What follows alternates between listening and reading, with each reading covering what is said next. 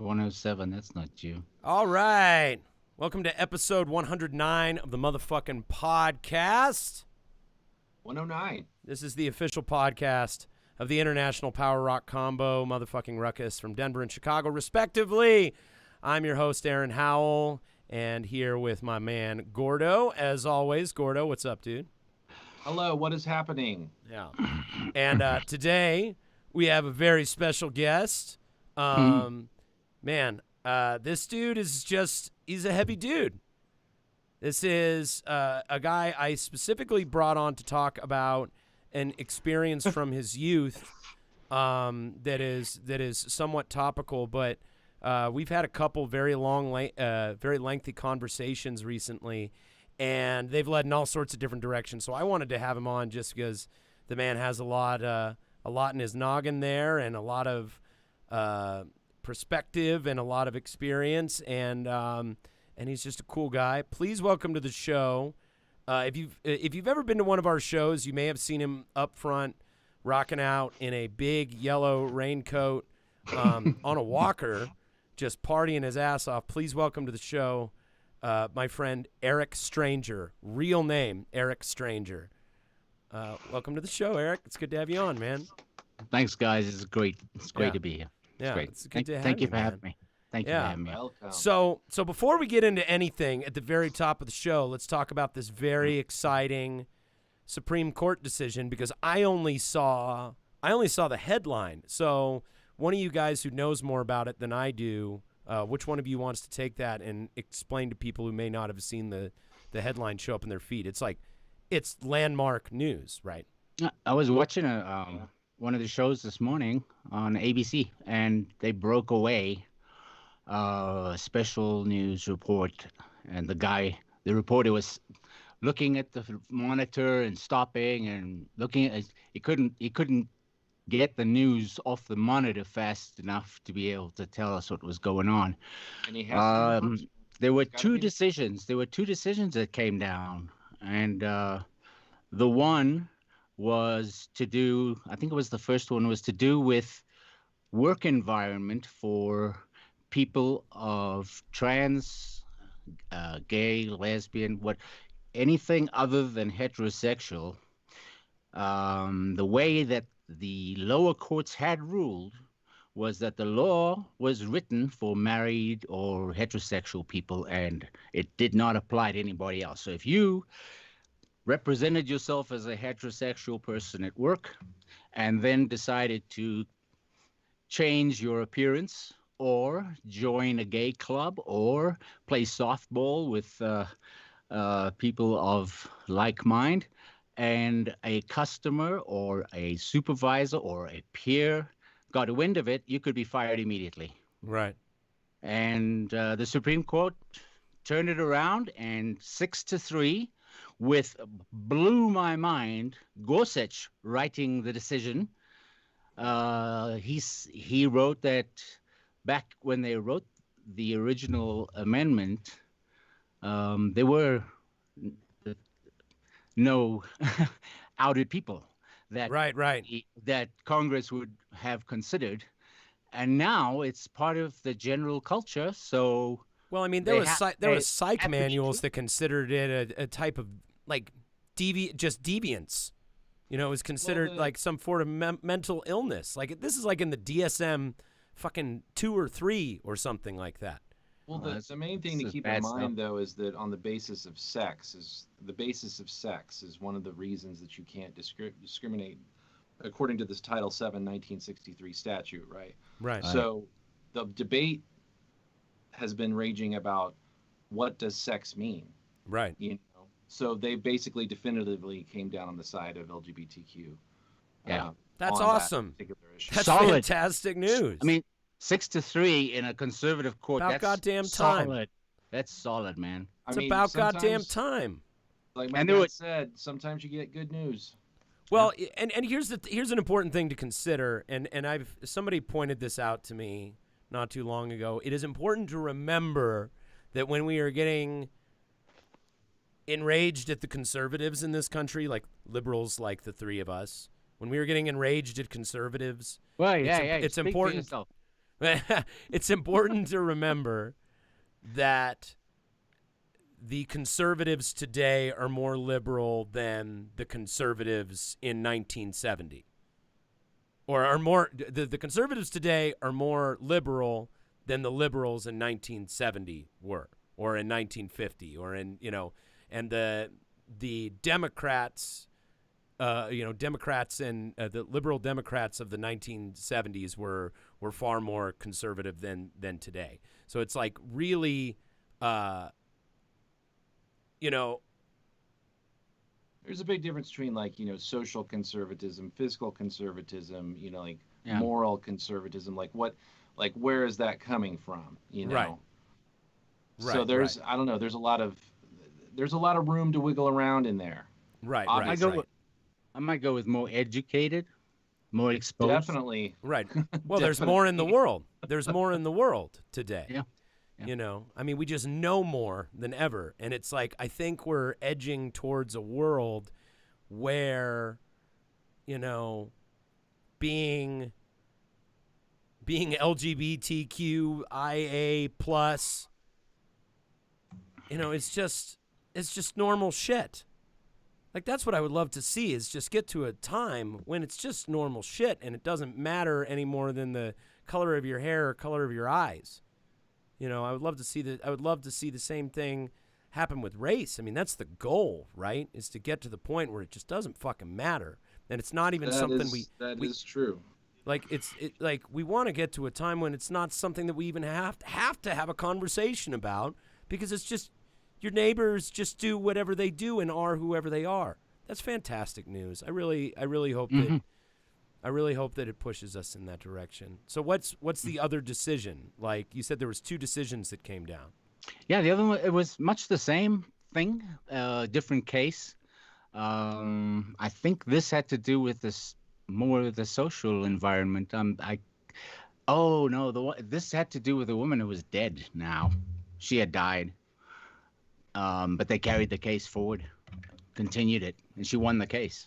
But I can't remember exactly what it was. Very similar, but a little bit different in flavor. So all in all, it just rounded out the whole thing to sew up all the seams, close up all the holes, and say there's no way out of this.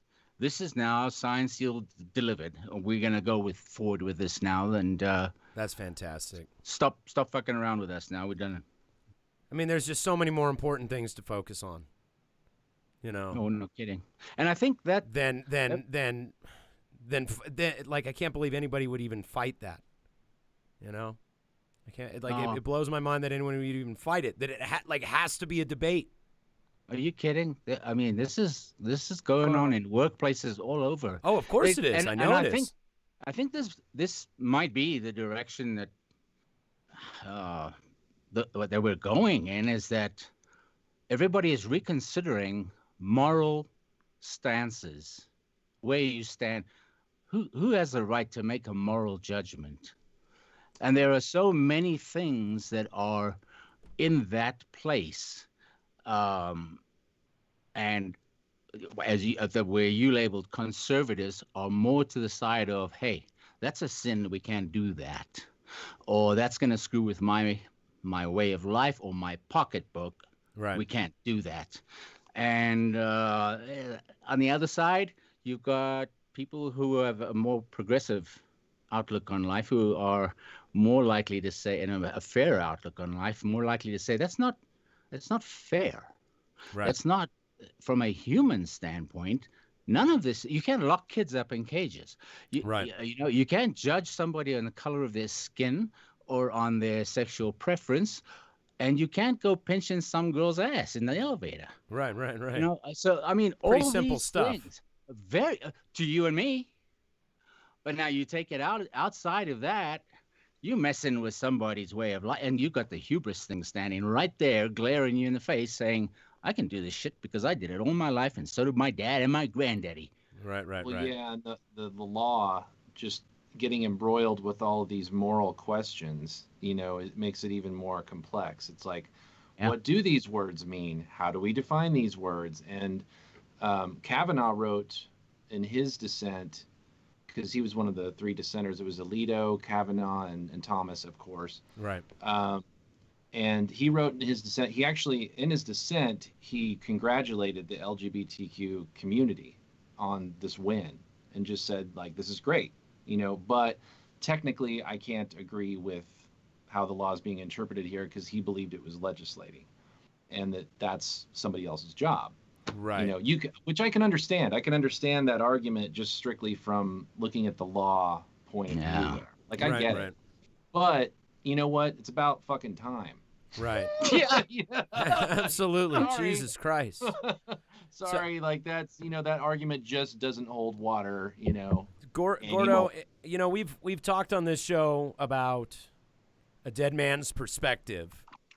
So, for whatever that, for whatever that is worth, I'm curious if you have some thoughts as to what your dad's thoughts would have been on that, or what your dad's response might have been to what came down today. He would have just said it's about damn time. Yeah, same thing. Like it's because anybody in that community knows that we're all just fucking people, man. Yeah. It's not complex. There's nothing really that grand or complex to that issue. Is we're all just fucking people, man. And right. Okay, so you have whatever your whatever you want to call it, proclivities, or your sexuality, or your whoever you feel you are as a person, and expressing that in an outward way, expressing it sexually, whatever, very often has very little to do with anyone else. With anybody else, or the kind of morals that you hold, or what I mean. Like, it's just a part of who you are. Right. Well, and it's such a small part of who you are. Like, listen, I have the smallest percentage of my time is, much to my chagrin, the smallest percentage of my time is spent having sex with my domestic partner. You know what I mean? It's such a small part of who I am as a human being, and it's such a small part. It's but one attribution in what makes up the vast mosaic of an individual. And yeah, but I would stop there on this one, because there are a lot of people who define their entire being by their sexuality, their friends, the way they live their life, where they go, what they do, what they eat, what kind of movies they watch, what kind of music they go to, where they hang out. It's all defined by a like-minded crowd. Well, necessarily though, because we've been embroiled. We've been embroiled in this moralistic debate that shouldn't exist in the first place, and so people have formed entire identities all over the spectrum with regard to who they love and what their sexual preference is. Like, especially like we talked about heteronormative practices and things like that, Gordo, like heteronormative culture, like that wouldn't need to exist if there was no fucking debate about it in the first place.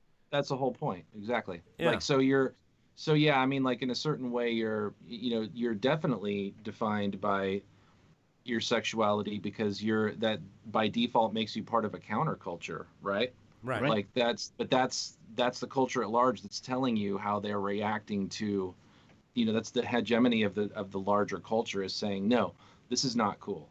Shouldn't be. That shouldn't be. And that's what it shouldn't have to be. That's the part that really just fucks me up. It's like the first. I mean, it's Pride right now, right? Like right now, it's Pride Month, and hell of a time for this legislation to come through. Perfect, right? and yeah. Like I watched that The Life and Death of Marsha. I can't remember her last name. The trans woman in New York, and the first Pride, and the riots and all that stuff. It's like the first Pride was a riot, man. It's like Stonewall.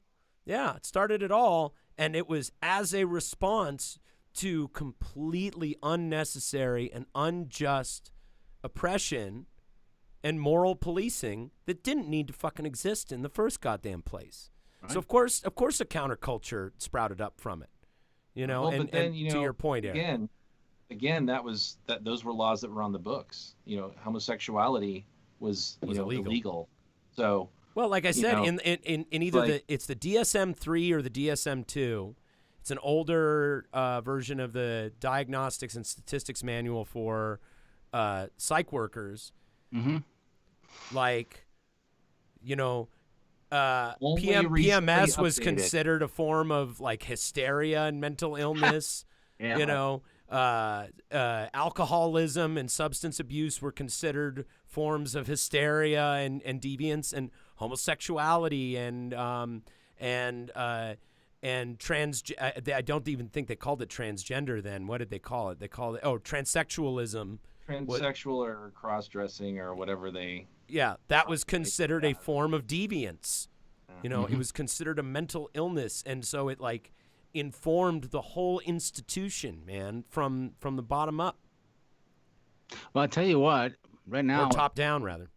With this decision now, I mean, in this country, pretty much sews up everything, should close the book on this. From a legal perspective, how long it takes for it to infuse itself culturally is another story. But right. If you go elsewhere, particularly in places in Africa and some parts of Asia, oh boy, man, you can't even...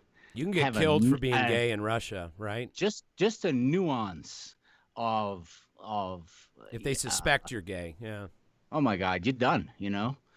Yeah. So this is something that is, these things are global, and it's a really, well, one of the things about globalism that really is attractive in that it's going to level the playing field for everybody and let the entire culture come to a consensus on these moral issues. We would hope, so that everybody can practice what they're comfortable with within themselves, right, anywhere in the world.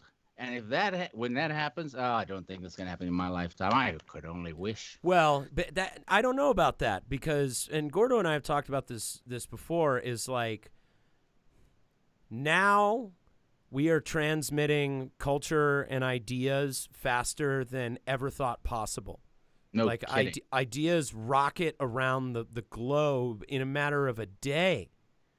Like, I had to put a disclaimer in the episode of the podcast we did with Jonathan Snyder that we posted after the media blackout, because so much had happened in the media cycle, so much had happened in the discussion, that there were points in our discussion which had been rendered irrelevant. I mean, I can't cite any specifically right now, but there were things that we were talking about that had completely changed. Yeah. You know, and it's like, that is how fast ideas just make it around the planet. So we could see some major things still in your lifetime, Eric. I mean, you got a ways to go, and you've already seen a lot happen. You know, and yeah, I mean, that's fantastic news. It's fantastic, amazing, beautiful, wonderful news, man. I mean, people shouldn't have to just fight to be who they are. You know, life's hard enough. Yeah, we've got enough inherent challenges just being human beings trying to survive in nature without being consumed and eradicated by it.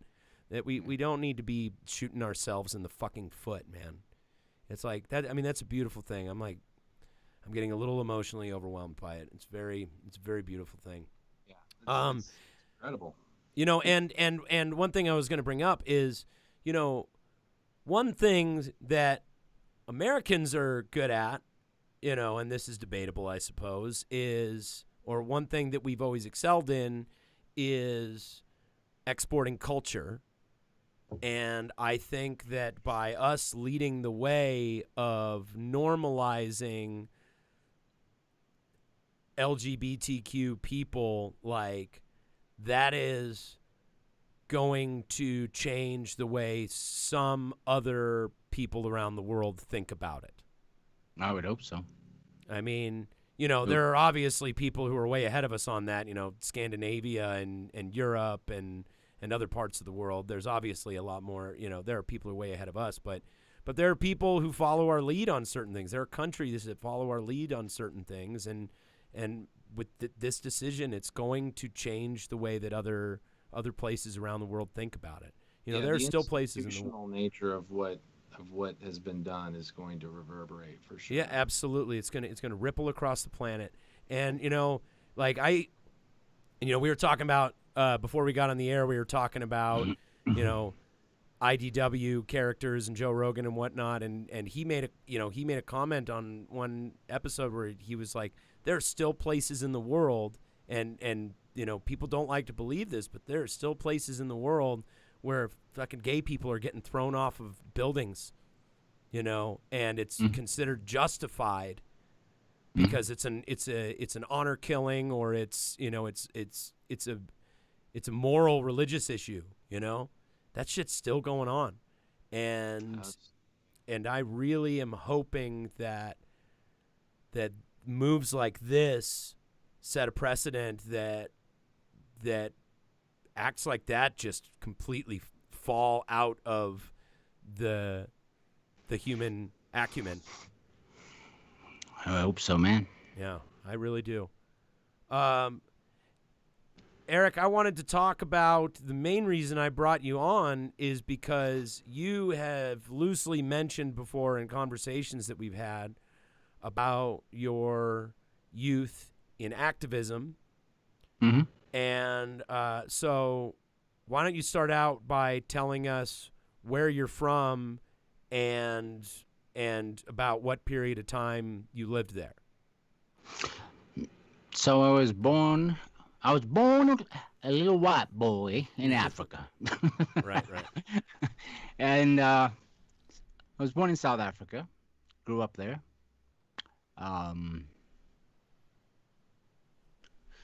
You talk about white privilege.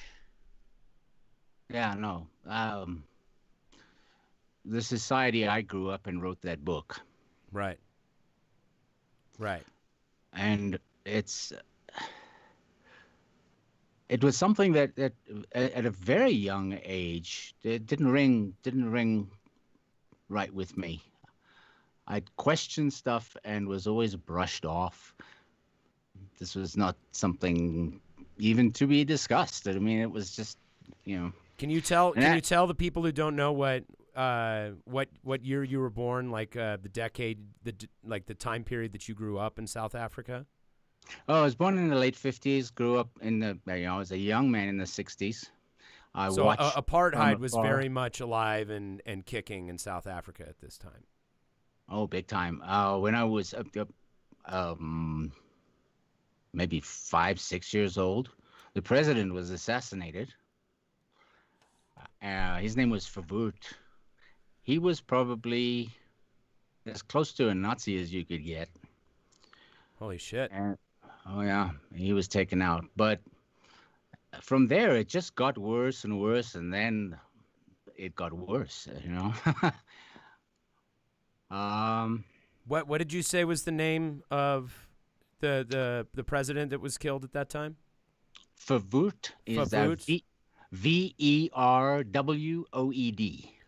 So was this pre-apartheid or was this during apartheid? Is this what precipitated apartheid? No, this is probably right at the height of it. Oh, right at the height of it, he was assassinated. Yeah. Okay. Yeah. Okay. Please continue. Tell me more about what the world looked like for you growing up and when you really started asking questions about what you saw around you. Oh, I started at a very young age. I grew up on a ranch. My family was involved in horse racing, which was the only legal form of gambling in South Africa. You couldn't do any other kind of gambling whatsoever. And I grew up on the ranch with horses. And our family was pretty, what would you call it? High profile, huh? Is a good word. Okay. High profile because of... Well, think about this. What's your biggest sport? NFL, right? Take your top coach in the NFL. Right. His kids, what kind of life they're going to have. My dad and my grandfather vied for top trainer, owner and trainer at the same time for several years. So horse racing is huge. It's enormous. It was the only legal gambling. The only legal gambling. So it's a huge industry, and you guys are enormous. So you guys are part of the mechanics of that whole industry. Right.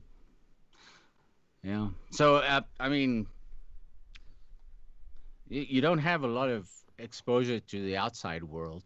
We lived in the farm had a 12-foot fence all the way around, with big gates on it and stuff. It was high security, and this is back in the 60s. It was kind of a big deal. But yeah, I didn't see a lot of other kids much, and my friends were the grooms.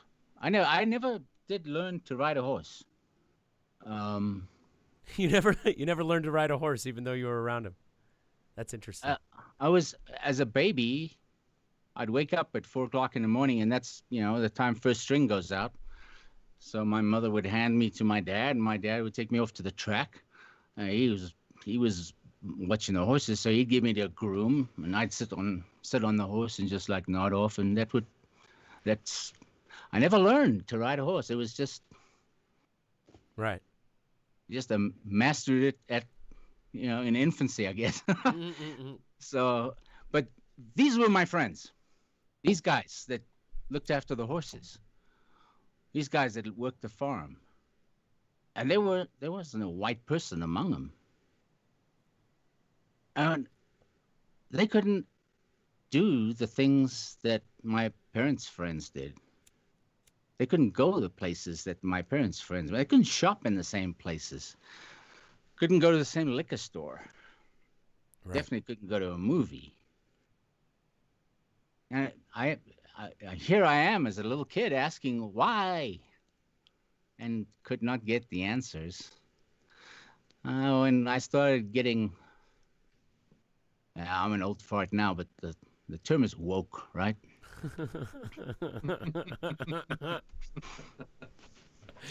He was getting woke back before it was cool, man. He was getting woke before woke was woke. He was getting woke before woke was woke. Yeah. So when I got woke, he got woke back when it was called awake. Yeah.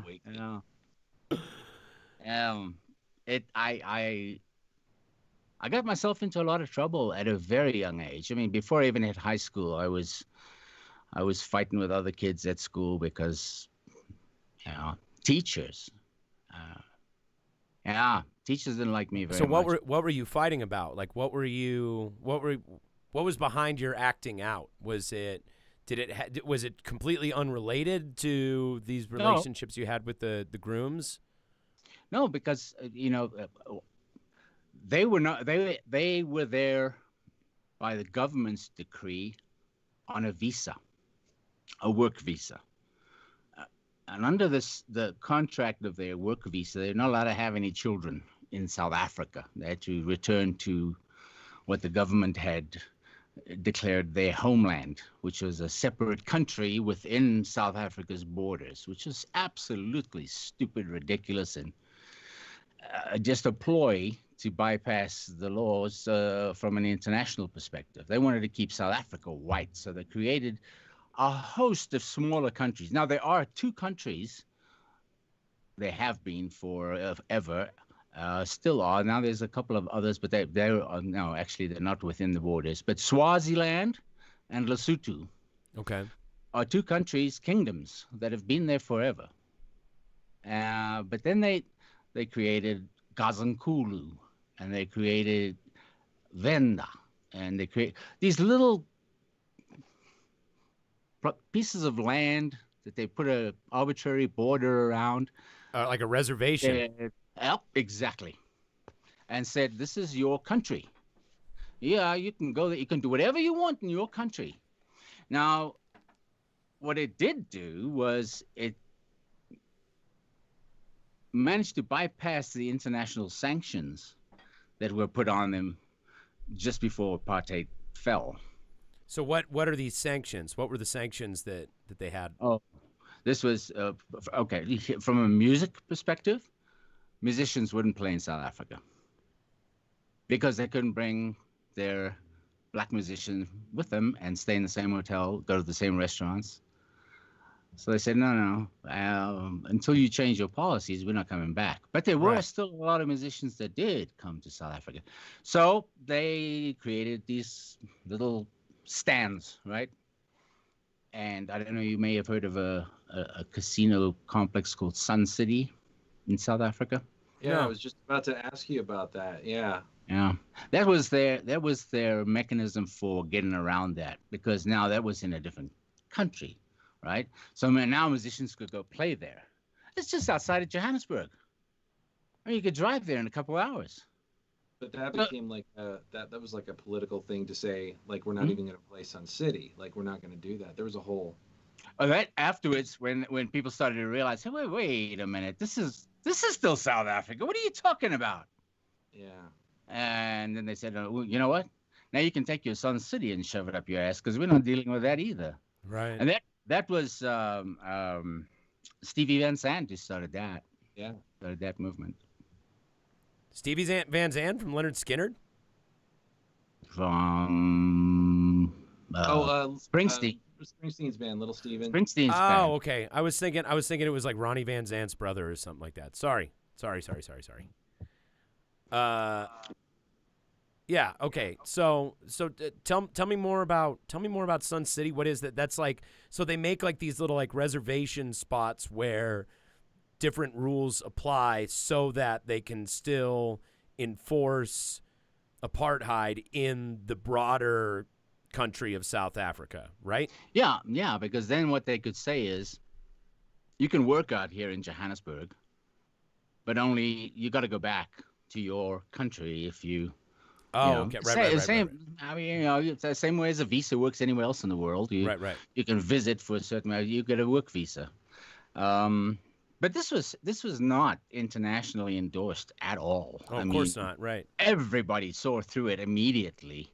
I was in my senior year at high school, and one of my teachers, I don't know why, he kind of figured I was, he always picked me for these weird, odd things. I think because because I always had an argumentative way of dealing with stuff, and I saw through the crap.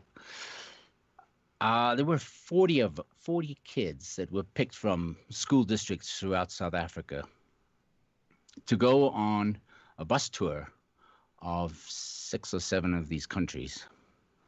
And we had to write an essay afterwards, which was to be published in the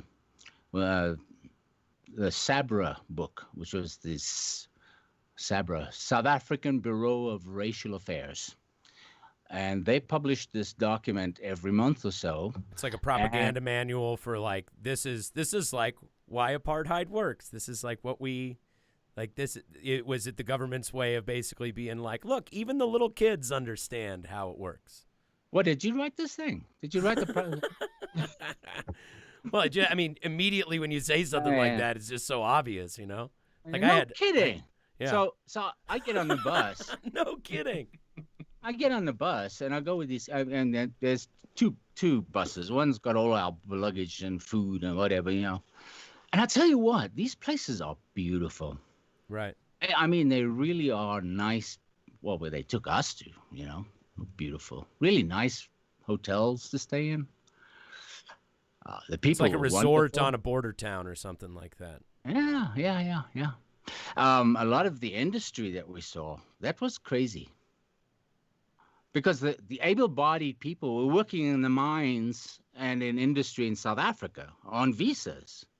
The people back home in their countries, they couldn't make money there. If they were able-bodied and able to work and make money, they'd go to South Africa. So who's left behind? So we were taken to factories that employed the blind, the disabled, you know, people that really would not get a job in South Africa. Right. And, wow, the stuff they turned out was absolutely, blow your mind at the time. because you see people making baskets with their feet, Right. which is, I mean, where's the market for baskets? You know, Right. how you gonna support a country with baskets? So I got back, and I also asked a lot of questions when I was there of the people, our hosts, as to how their administration ran. I really didn't have a clue. I mean, the South African government had set them up and said, "Do the job, and if you need help, just call us. We'll tell you what to do." Right. And, you know, and run you call it a country? I mean, you know. So I got back. I wrote my little piece, and How old are you when you wrote this? 15, 16. 15, 16. Okay. Yeah. They sent it back. They sent it back and said, "You gotta, change this. Do it again." So what was the content of the essay that specifically rubbed them the wrong way? Oh, that I called them out and said, "This is a bullshit excuse for apartheid. This is a way for you guys to justify your apartheid system. You can't be doing this. Right. This country belongs to everybody." Oh my God, oh my God, it was just a wrong thing to say, and that's why that's the kind of shit got me into trouble, because I kept doing that stuff, you know. Okay, so then what happens? You're 15, 16, so what happens over the next couple years? Oh, yeah. What happens over the next couple of years? Because, I mean, if you're 15, 16 years old, I know where the story goes. So a lot of shit must have happened in that little 1 to 2 year period. What's going on? Well, no, this has been going on since I was in middle school. I mean, this, so when I left school, when I graduated, I kind of wandered around and decided to do a little activism stuff before I went off to college. In South Africa, you have a conscription. Everybody goes in the military. Oh, I didn't know that. Oh yeah, I don't, not now, but back then, I don't know about now. I'm not sure. But back then, yeah, they would they wouldn't have taken me. But why wouldn't they take you? Oh, come on. Hey, I only know you now. Oh, I'm very mellow now. No, I was I had no compunction whatsoever. I would tell them straight to the face they were racist, you know. You don't do that. And when you start So they won't take you if you're a troublemaker? No, of course they will, but they put you into some. You end up sitting in a jail, you know, most of the time, right? Until time's up. But for me, no, I kind of wandered around and doing my thing, and then I got picked up for some insidious type work that I was doing that was not quite right. Nothing dangerous. I wasn't inciting any kind of government overthrow or anything, but I was trying to get people to understand that they had rights, and particularly with regard to education. So what specifically were you doing? Are you at liberty to talk about it? Yeah, it's I spent most of my life avoiding it altogether because it was dangerous. Right. I was, so it's kind of difficult. But no, at the time I was working with small groups of mainly young kids who were my age, sometimes a little older, and giving them the tools to be able to get out of third grade. To be able to get out of third grade? What do you mean? At least they didn't make it past sixth. Most black kids in those days didn't get out of past sixth grade, ever. Okay, so was it illegal to pass along just educational information? Depending on what kind of information you did. Let me give you an idea. I did not see a television set until I was 21 years old. What? Yeah. Get the fuck out! Really? No. Yeah. It was illegal to own a television set in South Africa. Why? Well, Because, I mean, didn't they have state-sponsored programming? No. Oh, yeah, eventually. But at the time, the Jeffersons? Are you kidding me? Right. You can't have black people seeing other black people living in apartments next door, white people. No. I mean, no. So they just didn't have television at all? They didn't do anything to just, like, try and block television? I guess they would have to create a different television that didn't pick up on those signals, or what would be the reason? You're at the ass end of the world. You're on the tip of Africa. There's only one other place where you could get television. Now, television signals do not go very far. Right. Okay, you've got to have repeaters and things like that. So if you were on the border with Rhodesia, which is Zimbabwe now at the time, they had television. So you would have to do a repeater off of their television signal, and their television signal would have been all stuff that the South African state didn't want citizens to be seeing. You couldn't even see because they had blocker transmitters on the border. So even if you brought a television, even if you smuggled a television into South Africa, how would you get it there? It's illegal. If you were caught with one, it would be like holding a kilo of coke, you know? What? I'm telling you, television. You could not have a TV in South Africa. It was illegal. He's like, I can't make it more clear. No TVs. TVs are illegal. They're bad. No, you can't have them. No, we're going to spend the rest of the episode. Really? Really? Nuh-uh. Yo. The whole rest of, wow, that's fucking up, man. Okay, so you are with various groups that are helping to get something that you haven't just come right out and said yet, but something to these kids to help get them out of the third grade. Tell me more about that. I want to know more specifics of what you're doing at this time. I'm teaching kids. I'm reading to them. I'm helping them read. I'm teaching them math. A lot of them arithmetic was something that was, beyond their comprehension. This is against the law to do this? No. But it was against the law to go into the townships. Now, remember I told you about the reservation type things, right? The countries. Now, within the cities were these concentration camps, townships. I mean, call it what it is, right? Yeah, Soweto. You've heard of Soweto. Soweto, yeah. Alexandria. Yeah. Now, you couldn't go in there. If you were white, you couldn't go in there unless you had permission to go. So they're ghettos, is what they are. Yeah, but they're these are state-sponsored ghettos or state-regulated and controlled ghettos. Well, not even. They would just plots of land where they said, you go live there and take your piece of cardboard and your corrugated iron and build yourself a little shack. You sleep there, but come to work. You're not expected to do anything but work. If you want to do anything socially, go home, back to your country. So that's where there's nothing for you. Yeah, and they had curfews. Unless you were at work at night or you had reason to be away from there. When darkness fell, you had to be, if you were black, you had to be inside your township. I got caught in there several times, and one time I got caught in there was just, was the last straw. Oh, so you were a repeat offender going in, sneaking into a place where you were not to be, and you were tutoring kids? You were sneaking into tutor kids? Get the fuck out of here. But you see, the problem is they don't know that I'm just tutoring kids, because in their mind, I am a subversive.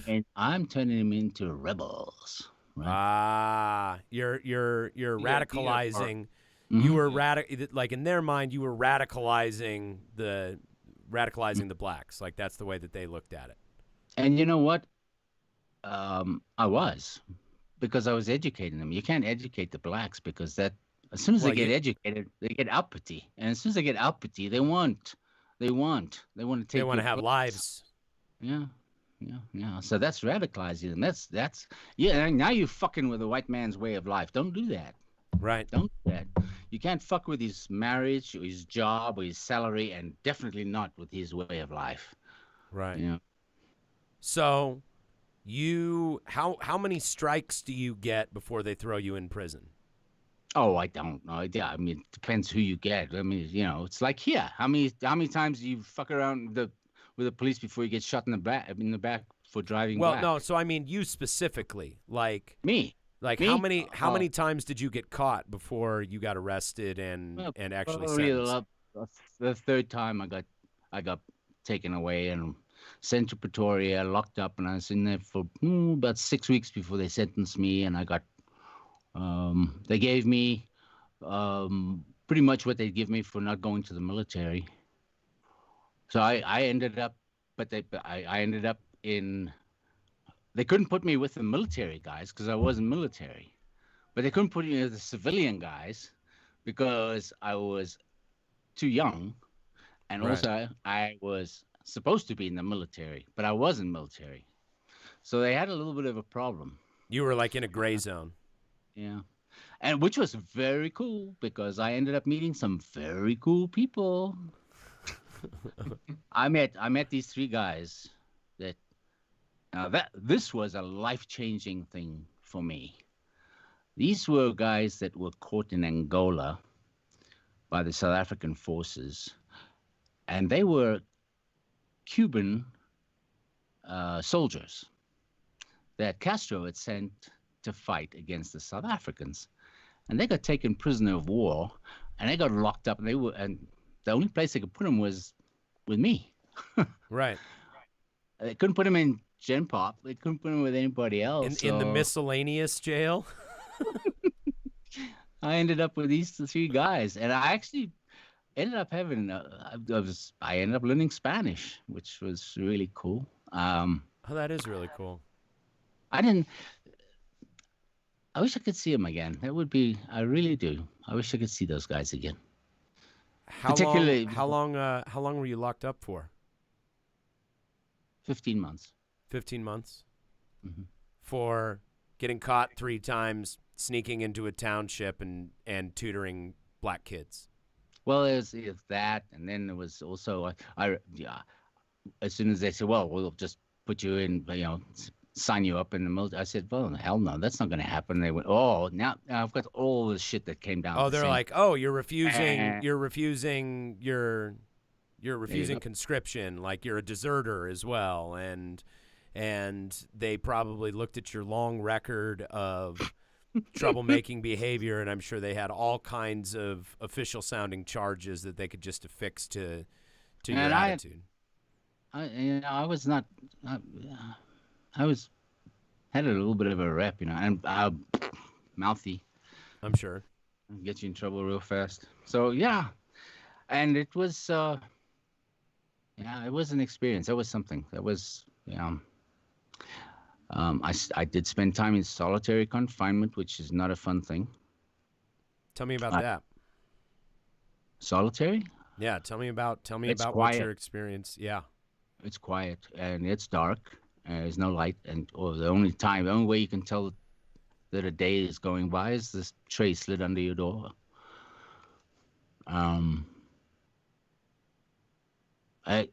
Like pretty much exactly what a solitary confinement montage looks like in a prison movie. Like pretty much, yeah. Except that goes by in about 15 minutes.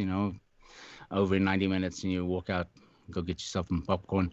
And now this went on for long months. Not good. I had my nose broken. My skull cracked. By guards? Yeah. Holy shit. Yeah. Hey, I symbolized everything that they stood for. I symbolized the anti that. Well, and I'm sure they viewed people who grew up with your background and who still, kind of, I'm sure they looked at you as being ungrateful to a degree. They probably had they probably had an especial amount of contempt for you and people like you because you were on what they considered to be the sweet end of the deal, and you didn't want it and thought it was reprehensible, and were wagging your finger in their face about it. And I'm sure they had the utmost contempt for you and those like you. Is that fair to say, do you think? Yes. Yeah. There were a lot of other religious conscientious objectors in there too. Right. I didn't fit. There was a lot of religious conscientious objectors, like white religious. Yeah. Conscientious objectors. Yeah, but you get them in every country in the world where they won't. Right. Where there's military conscription. What do you do with them? You put them in for the same amount of time that they would go to military service. You'd stick them in a prison or in some kind of a thing. But I didn't fit with those guys well. Out of here, man. Yeah. So, yeah, I went on a lot of work groups with them. I did a lot of stuff, but it's they have their own code. It's a difficult thing, that. Yeah. So anyway, yeah, I went to meet these Cuban guys because the Red Cross were the only ones that knew about them, and me. No, nobody else even knew that they existed. Nobody else knew that they were in the prison. They just kind of got thrown in there and just left to rot. They were top secret, man. Top secret. Holy shit. And the reason they were with me, I wasn't getting any visitors. So I couldn't tell anybody, And my mail, everybody's mail was, your mail was read top to bottom, in and out. So, yeah, there was no way I could get out any news that these guys were in there. Not that I knew who to tell that anyway. Right, who would you tell that to? But to me, it was just cool that I had a couple of good friends there. Now, I say a couple. The one guy, he was a sergeant. I believe he was a school teacher. The other guy, he was a very bitter man. Very bitter man. He was a mechanic, an auto mechanic by trade, a mulatto guy, and he'd lost his arm in an explosion when he was taken prisoner. Mm-hmm. So there was his career gone. He was not a happy guy. Right. And then there was this other guy who was killed. He lost his arm in an explosion in Cuba. No, in Angola. Oh, in Angola when he was fighting the South Africans. Actually, I think it might have been Mozambique. Angola, Mozambique. I say Angola because that's where most of those forces were. But yeah, but this other guy, Carlos, I believe he was a vegetable farmer. He had the most infectious laugh and such a sense of humor for a guy who's locked up in a foreign country where they speak a language he doesn't understand, and they yell at him and tell him. He just laugh at them. He'd find this hilarious. He taught me a whole different way of looking at life. How long had these guys been in there by the time you got there? No, I was in there when they arrived. Oh, so they were still in there when you left, and then you that was the last you ever heard or saw of them at all. Yeah. They were there about 6 months before the world got to know that they were there. And I think it was about 3 years later that they were swapped. The three of them were swapped for 8 South Africans that had been taken POW by the Cuban forces. Wait, are there articles that we can look up about these guys? Probably, yeah. What would we look up? Gordo, can you look these guys up if there's anything? How would we look these guys up? Look under I don't know, South African prisoners of war or Cuban prisoners of war in South Africa, POWs.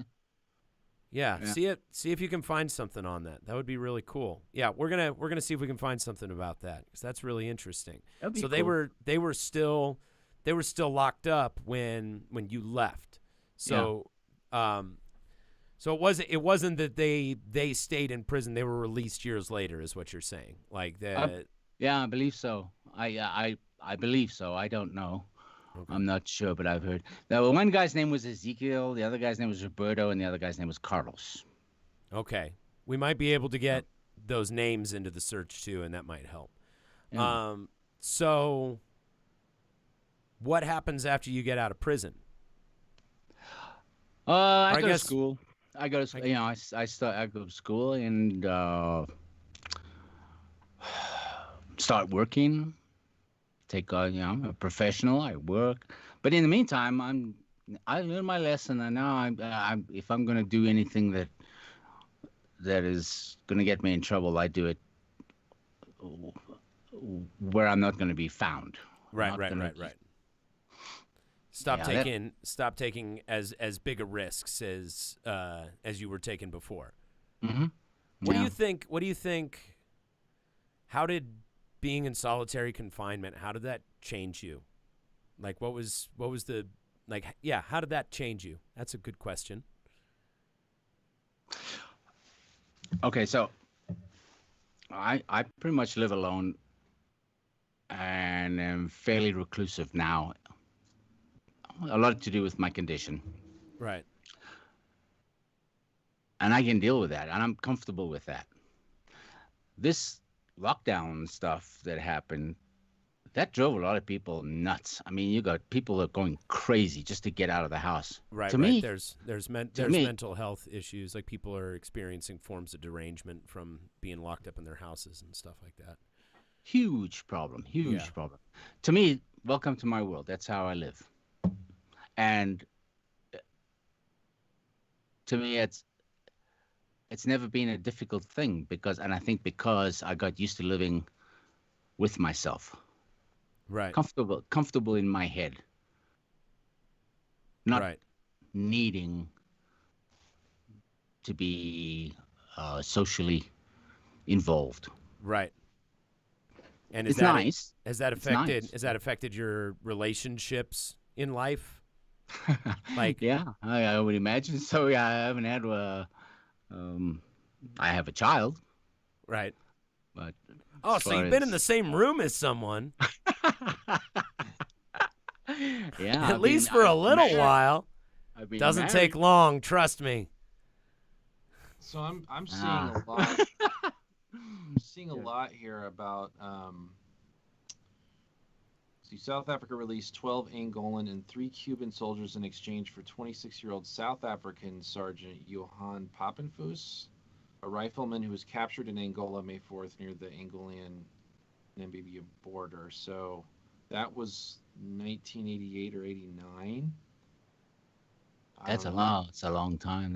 That means that they were in there for almost 15 years. No, 12 years. Wow. So they say anything about the 3 Cubans? It's just kind of in passing here that, there wasn't it says among the Angolans was a pilot of a Soviet-made MiG-21 jet that strayed into Namibia. Oh, that guy. December 13th. Tell me about that guy. Crash landed in a cornfield? Never met that guy, but I heard him. What do you mean you heard him? You heard him, like, from your cell? He would scream, man. He would scream. I mean, and the Cuban guys, they would just shake their head and go, "Oh, Jesus, thank God I'm not Russian." Why? What do you think? Like, what was the reason that what was he screaming about? He was being tortured. Oh, Jesus Christ! Yeah. Specifically because he was Russian, because they were torturing him for information. Yeah. So why didn't they ever torture the Cuban guys? Like because the Cuban guys were just soldiers and didn't know anything. You would think they would just be torturing anybody who was the enemy if they were willing to torture any enemies. These are 2 privates and a sergeant. One's a school teacher, the other one's a vegetable farmer, and the other one's an auto mechanic. What do they know? Right. Yeah. You got a Russian pilot who flies MiGs. No. They rank pretty low compared to the These guys go where they're told to go, and they shoot and get shot at. They're cannon fodder. Right. The pilot, he's a mission-oriented guy. He's a leader. He knows shit. Yeah. He's seen maps and heard plans and yeah. And now this is all supposition on my part. I don't, all I know is I heard the screams, and that didn't come from. And these were. He didn't have hemorrhoids. Is what you're saying. This is from the bottom of the soul, man. The deep, dark place where these screams are coming from. This is not somebody who was just crying for his mama. This is a really, really a man in agony. Yeah. Yeah. I don't know why they were doing it, but yeah, I'm glad they released him. Yeah. Holy there's shit. A lot of. I didn't know that they'd released him. Literature on. There's one called The Last Hot Battle of the Cold War, South Africa versus Cuba and the Angolan Civil War. There's like a lot, I don't know, you can find a lot of books on this at your local library. That's really... Don't go to Amazon, okay? Whatever you do. Sorry, Jeff Bezos. I tell you what, though, now in South Africa, you go to a hospital for care, your doctor is going to be a Cuban guy. Yeah. Oh, yeah. Oh, yeah. Cuba, South Africa is one of their major exports for their doctors and medical people. They have some of the best schools in the world in Cuba. No way. Yeah. Oh, yeah, no kidding, man. And they all go work in South Africa. You got to understand, Castro set these guys up with education. I mean, the revolution in Cuba was there were things you were going to be guaranteed, and then education was one of them. Healthcare was another one. These guys stay healthy and they are well educated. Where are you going to go when everybody's a doctor and you all earn minimum wage? Right. So South Africa's a nice market. It's a beautiful country. I mean, it really is magnificent from a geographic perspective. God, that's got to be so crazy growing up in a place where you make minimum wage despite being like among the upper. I mean, in a system like that, they would have to be in at least like the upper 80th percentile of educated people on the planet, right? I would imagine. I don't know. I've never been there. I would imagine it's on the high end, just considering how many countries don't have access to how many people don't have access to education. If you even prioritize education like that, I mean, it's gotta place you in the upper percentile. I can't imagine being that educated and making fucking minimum wage and having to go to South Africa to be a doctor. And well, they don't just go there; they go all over the. They go all over the place. All over the place, yeah. Where they're accepted as even Canada, but they don't come here. I mean, they did. They don't come here any longer. Well, and they don't come over here because we don't recognize education from other countries, right? Oh, we do. Well, but what about cases where you have a guy who was a biologist in Mexico and he comes over here and has to drive a truck or something like that? You get biologists from Mexico. You watch PBS. How many of those people from all over, from Lima, from people who are studying frogs and shit like that, they come up here and they working in some of the right, but don't they have to pay in and get an education from or an accreditation from an American institution to be recognized? If you're at top of your field, I'm pretty sure your accreditation is a shoe-in. I mean, if you're well known, if you've written the right papers and you've got the right research that's been done and your name is well known, you're going to be accepted anywhere you go in the world. Well, but now, as far as Cuban doctors go, I mean, those guys they really are some of the best in their profession. World class, yeah. But they're not well remunerated. I mean, they really. But that's the way communism works, right? Right. You do what you are skilled at, and if you are very good at hauling trash, you make the same amount of money as somebody who's very good at stitching up people that have been in an auto accident. So what's the saying? It's from each according to his ability, to each according to his need. Is that what it is? I think it's something like that. Yeah, Something I'm not sure. like that. I can't remember what the direct quote is. That sounds familiar. Yeah. Yeah. Wow. Yeah. Wow. But now those guys, the Red Cross really took care of them. They'd come in every now and then, bring them. It was funny. They bring them these record players, right? Which is a little box with a lid, hinges on it, and a 9-volt battery. They got 2 batteries. One, and when the first one ran out, they got the second one. And each one of them got an album. One album. All the same album. Oh, they didn't each get an album. They each got the same album. Yeah, 3 albums, all the same. Oh, man. Wow. So these guys, and they would put them on, they would put these record players on. Did they get to pick the album, or did they pick the album for him? No, I mean, the Red Cross they never even saw them. They just dropped these things off, and they got a couple of Spanish books, this Spanish album, and this record player and 1 battery. And for 3 days, all 3 records were playing simultaneously.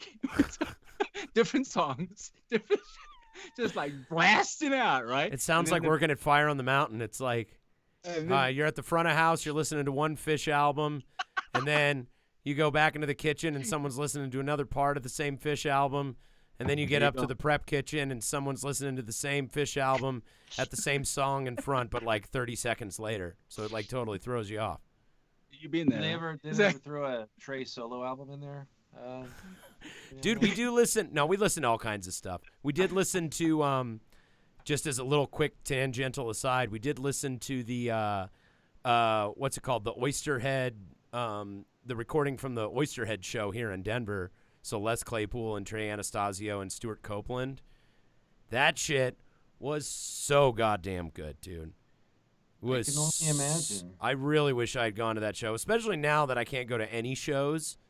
Like, man, I wish I had gone to that show and it was there. Listen to the recording if you can. Anyway, I'd like to go to any. I get any to go concert. I'd like to go to any concert. I get to go every now and then. Aaron puts on a concert in his garden like once a week or so. It's really cool. Yeah. So on that, Anyway, no.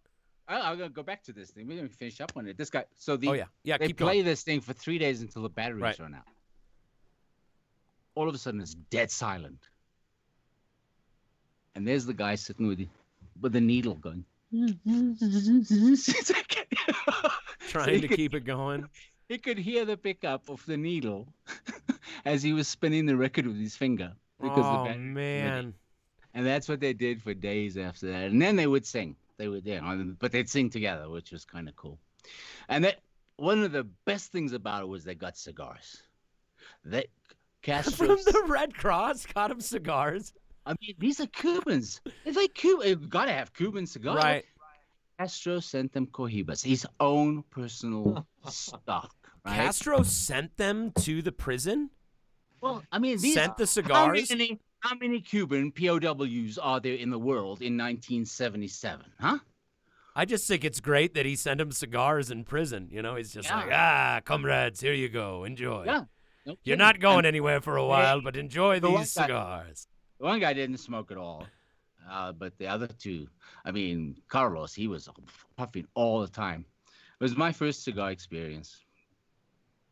Man, did I cough like a fucking steam engine. I mean, well, and this is one of the reasons why I want to meet these guys again. I want to meet Carl. I want to know if these really were Castro cigars, or if he rolled up some geranium leaves from the garden and gave them to told they were Castro cigars. Because I know that was a you have tough times in life, and you block out the shit. Oh yeah, right. We try. I mean, no, the human body has this amazing ability and propensity to just shut out the pain, or we try and take as much in as we possibly can. There are people who are addicted to like violence and outrage and anger porn. Like that. But that is definitely that's a different kettle of fish. There, that's another animal. I'm talking about you subjected to pain, involuntary pain, you tend to block it out. People don't Oh yeah. remember. By any means necessary. Yeah. I mean, you look at your scars and you say, yeah, that was something. But you can't recall the actual pain of it. There's no way you can recreate in your mind what the pain was of coming off a motorcycle at 60 miles an hour and getting all that gravel burn and shit like that. You can't remember the pain, the 6 months it took to heal that stuff. But man, you've got the scars to show it, right? Right. But you can never recall, and you can never bring that back. A broken bone, your body does not allow you to do that. You just remember that you were horrified by it at the time. Yeah, you remember the horror. You remember, yeah. So it's the same with this experience. There were so many things that went on, and there's a couple that are really outstanding that I could never. You can't block that shit out for the experience of it.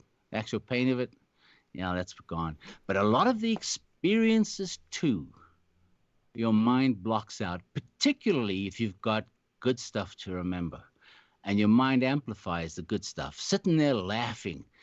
It's freezing cold, the sun's shining, you're sitting on a dry patch of grass in the yard and smoking a cigar with these guys that don't understand you, you don't understand them, but you're laughing and you're having a good time.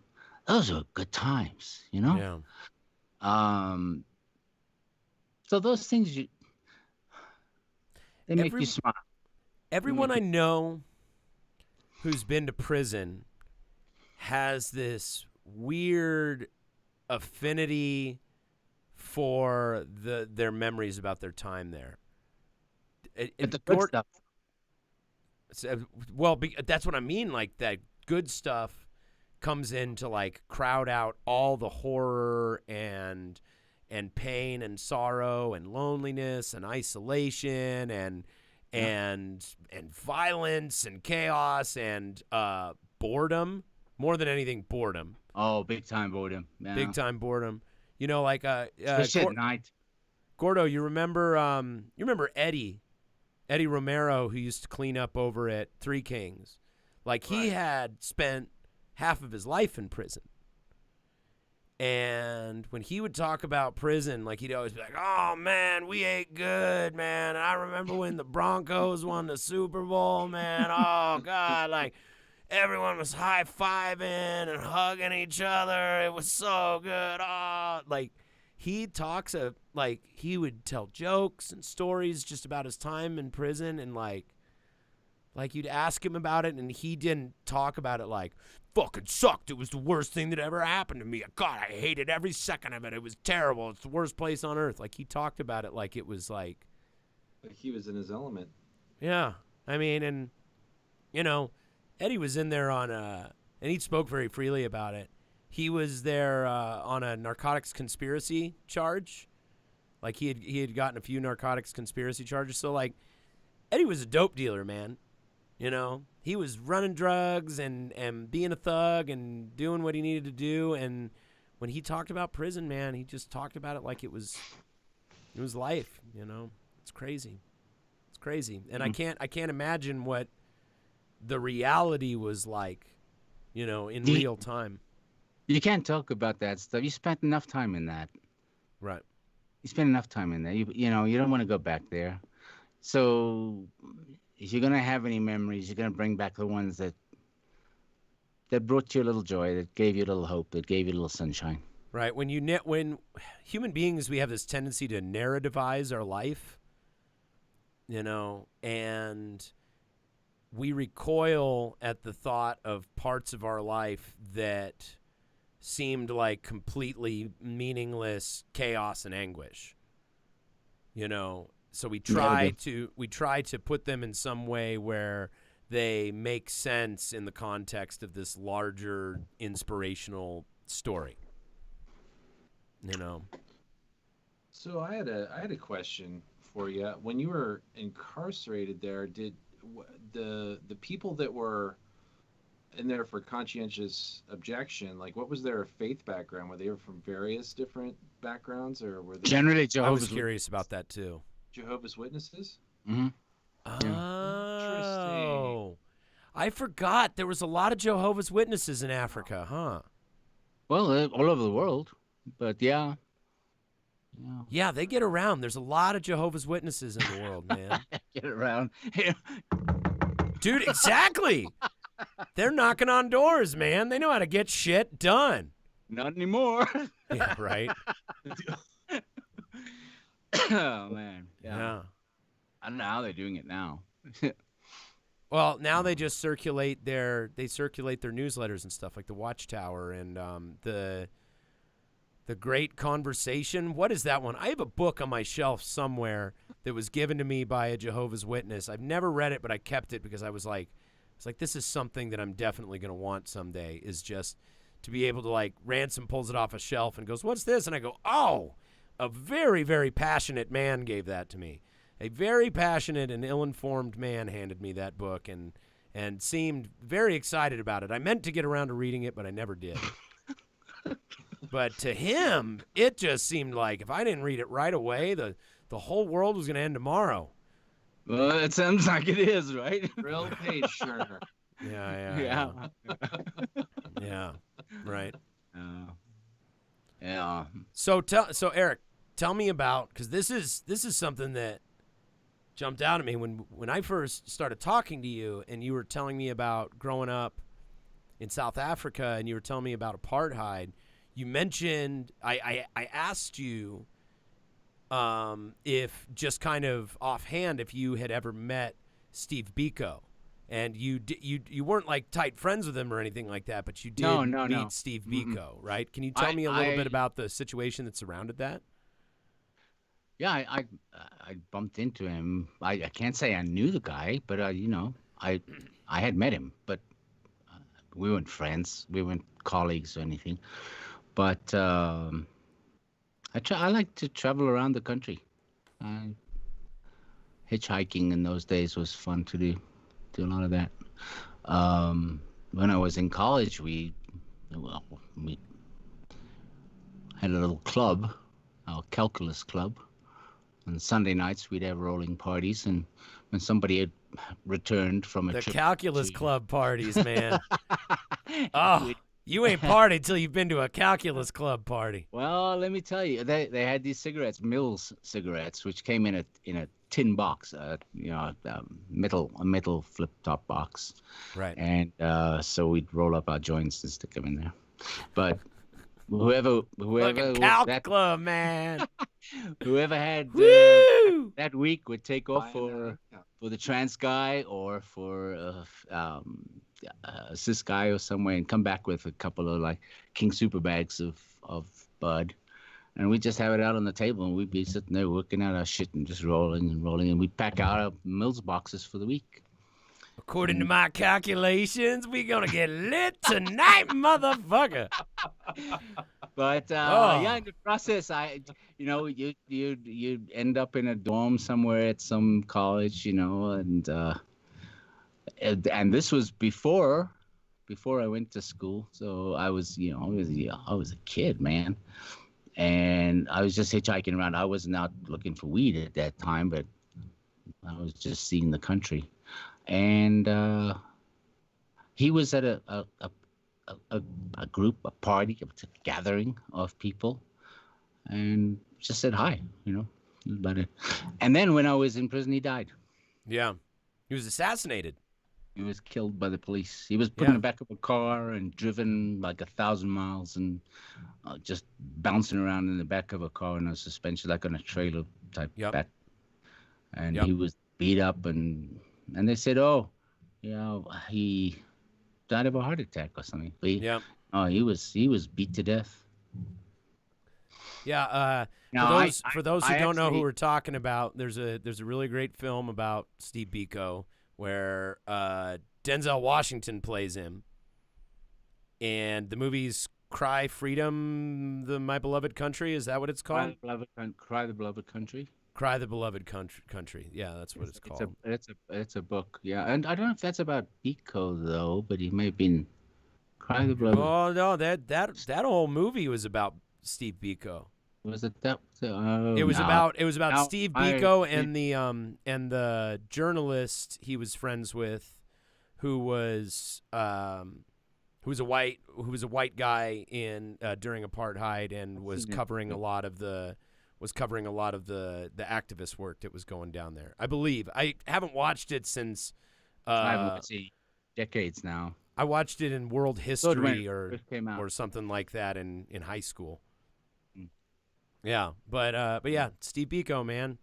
There's a great movie about it. I did work with a guy. My aunt. She owned a record company, a production publishing company in South Africa. Pretty successful one too. She had the Beatles catalog for the Southern Hemisphere, which is kind of cool. She had this guy working for her. His name was Leslie. Leslie was a very cool dude, very quiet, reserved, and in pain. I mean, he was a young man, and he walked like I do now, you know. He shuffled. He'd had a lot of bones in his body broken. They tried to break him, and he didn't talk much about it, and nobody really.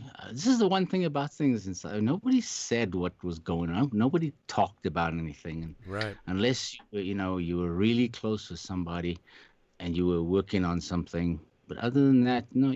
I mean, it's not something you typically spread the word on. I mean, because rocking the boat could be a matter of life or death, right? No shit. Ask me. Yeah, no. Yeah. So anyway, Leslie had. I mean, he'd had several bouts with the police and whatever forces were, and I actually spoke with my aunt a couple weeks ago, and I asked her. I said, "What happened to Leslie?" And he was disappeared. Right. He didn't show up for work. He's a production assistant that, he just didn't show up for work one day. That's not like him. Didn't call, no nothing. Third day, her and some of the others went looking for him. His house had obviously not been even lived in for a few days. Nobody knew where he was. Neighbors hadn't seen him. Just gone. Yeah. Never heard from again. That's the kind of shit that went down. Leslie was an activist. Leslie was like Steve. Right. Now, I knew Leslie.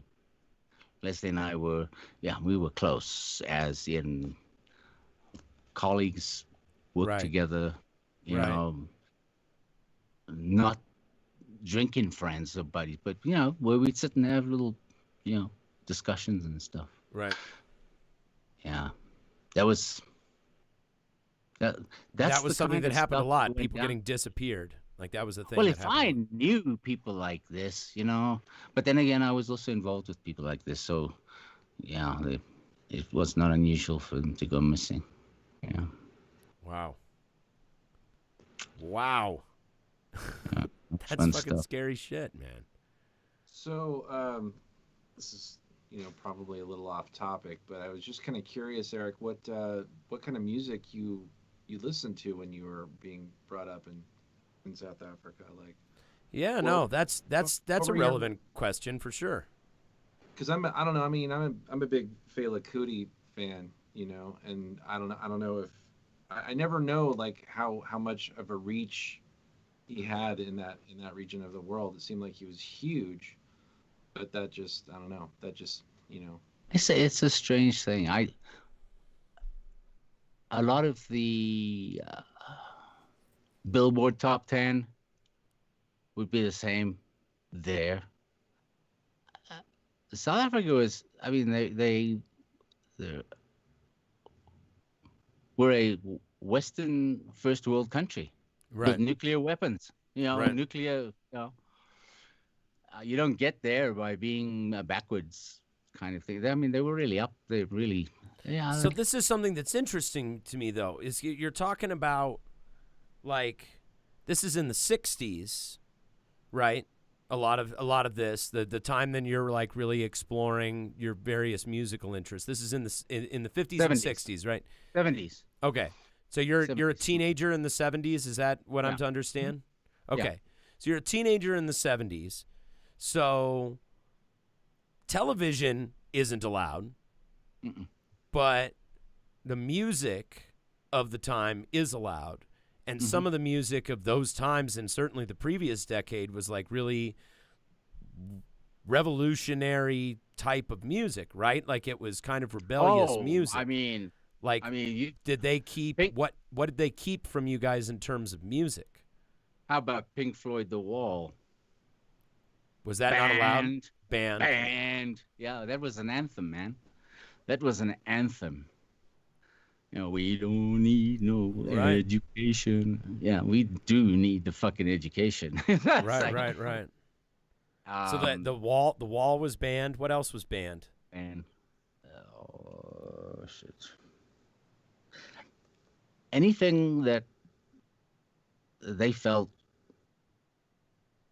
would be undermined government authority.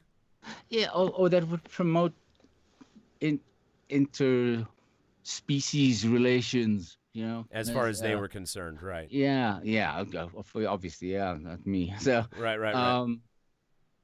And you wouldn't know it was banned. You just wouldn't hear it.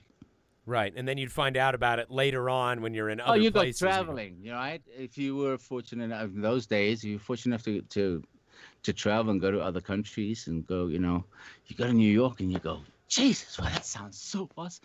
You know, you take back some music with you and they take it away from you. You came in through customs. You know, why are you taking my music? Yeah, I know. It was interesting stuff. So what were you listening to when you were a teenager and a young man? What were you listening to? What were the records that you had on replay? What was on the radio? I really like Paul Simon stuff. Yeah. Simon and Garfunkel stuff, you know, which is pretty cool. And the Pink Floyd, obviously, if you could get hold of that stuff, was just huge. One of my favorite T-shirts. You were talking about T-shirts the other day. I was going to put on my Pink Floyd T-shirt. So. Yeah. A person's T-shirt collection is a sacred thing, man, because it's all your front. I had a girlfriend who said, you know, you should use these for rags for washing the car. Are you out of leave?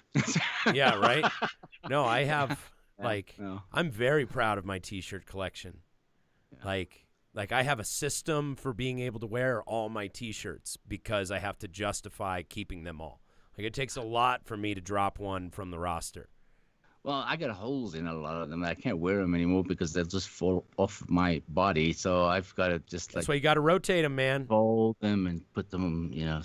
You got a rotation system too. I do. You use the rotation system? I got a stack of them. I put those over here for a while. I bring in this stack. I could go with that one for a while. This one I just brought out of retirement. This is related, actually. It's my Syd Barrett T-shirt. Oh, cool.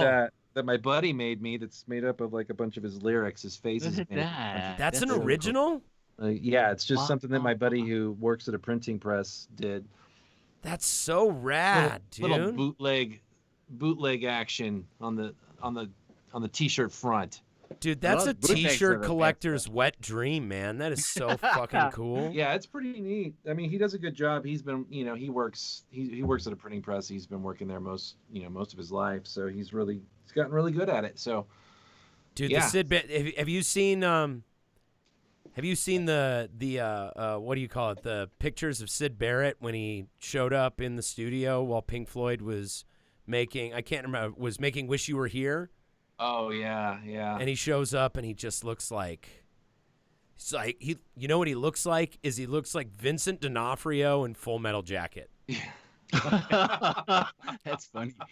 Like seriously. He looks almost exactly like that. Yeah. He looks so scary, but he's also wearing this like Norman Bates like white button-up long-sleeve shirt tucked into like tweed trousers and a belt. Like he looks like an English serial killer, dude. Like he looks like a guy who eats people's livers on crackers while he has tea. Like he looks pretty fucking horrifying, man. Poor Syd Barrett. Yeah, and there's like pictures of him like for some reason, like, you know, I guess the paparazzi over there are just like a different period. Oh, dude, British Found him paparazzi is fascinating. insane. So it's like they leave him alone for a while, and then he would come up in the news or something, or there'd be something with his estate or something about him, or like, because he was, he was a little Looney Tune, so there were little bits of news that came out of that camp, I guess. And they could always go back to him and exploit it, yeah. And then they just take pictures of him, like, going to and from the grocery store, and like pictures of him in this gardening and stuff, and it's like, look really? how weird Syd Barrett is tonight. I know, it's so trippy, man. He's getting his groceries. Dig it, baby. Like, I don't know. It doesn't make any sense, but Hey, who did you go as Halloween last year, Aaron? Oh, Jesus. I don't fucking know. I last can't year, remember. when was that?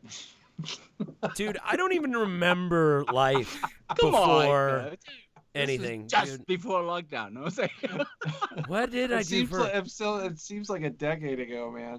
Holy shit, dude! I don't know if I did anything for No, Halloween. I saw a picture somewhere of you with face paint and going as a rock, and I don't know if it was Alice Cooper or someone from Kiss. I can't remember. Oh, that wasn't last year. That was several years ago. So we used to do the Monsters of Mock thing every year at Three Kings.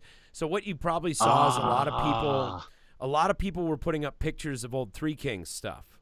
Oh, okay. And one of the pictures, so one of the pictures that came up was back when we used to do the Monsters of Mock. We did Turbo Negro one year. And so I did my Hank makeup for that. That was a really fun year.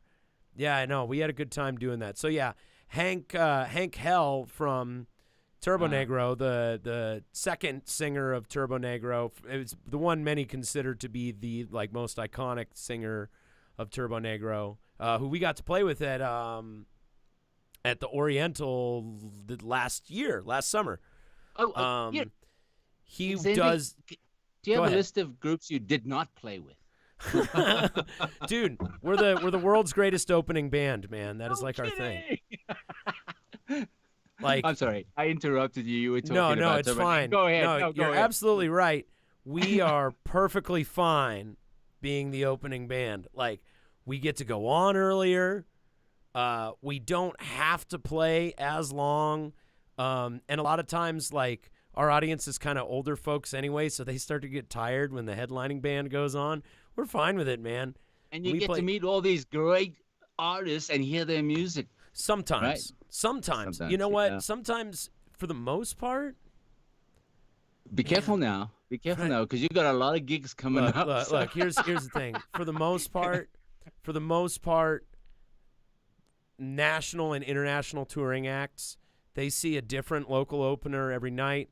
The local opener, as far as they're concerned, is a economic decision, not an artistic decision. Sure. They make the decision to put a local band on because they don't have to make accommodations for a band coming with them on tour, and they can bolster ticket sales by local bands like us being all excited to bring their friends to a show. Hey, man, I'm not knocking it. I play the game. I do it. Sure. I don't mind hoeing myself out. I'm cool with it because I get to play big stages with awesome bands and go to shows for free and shake my wee-wee on stage for all my friends. That's what I was saying. You get to hear some great music. You get to go to great gigs. You get to go to good concerts, and you get to go to a lot of concerts. Yeah, Damn, you know? and I mean, if that's opening band is not a bad proposition. No, it's the pretty, coolest. But that being said, you don't get to – so because it's an economic decision and because they make that decision so many places, you don't oftentimes you don't get much face time with the touring artist, with the headlining artist. Honestly, I think there have been more cases where I never even met the headliner than we met them and hit it off. I hear stories about my friends in bands oh yeah, we opened for these guys and we totally hit it off and then we went on tour. I'm like, how? When did that ever fucking happen?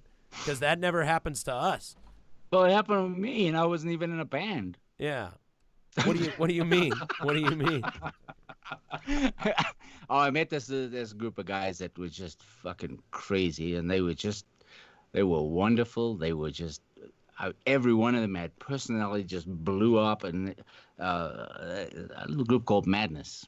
Oh, very cool. Oh, no shit. Yeah. Oh my God, these guys were just awesome. I met them in France.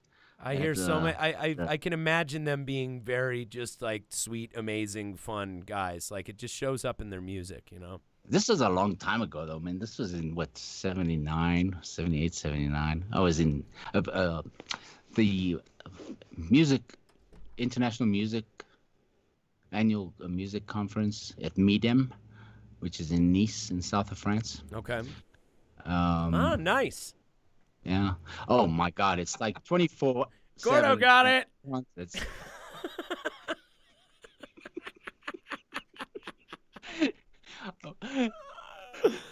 Sorry, I had to make a dad joke. Sorry.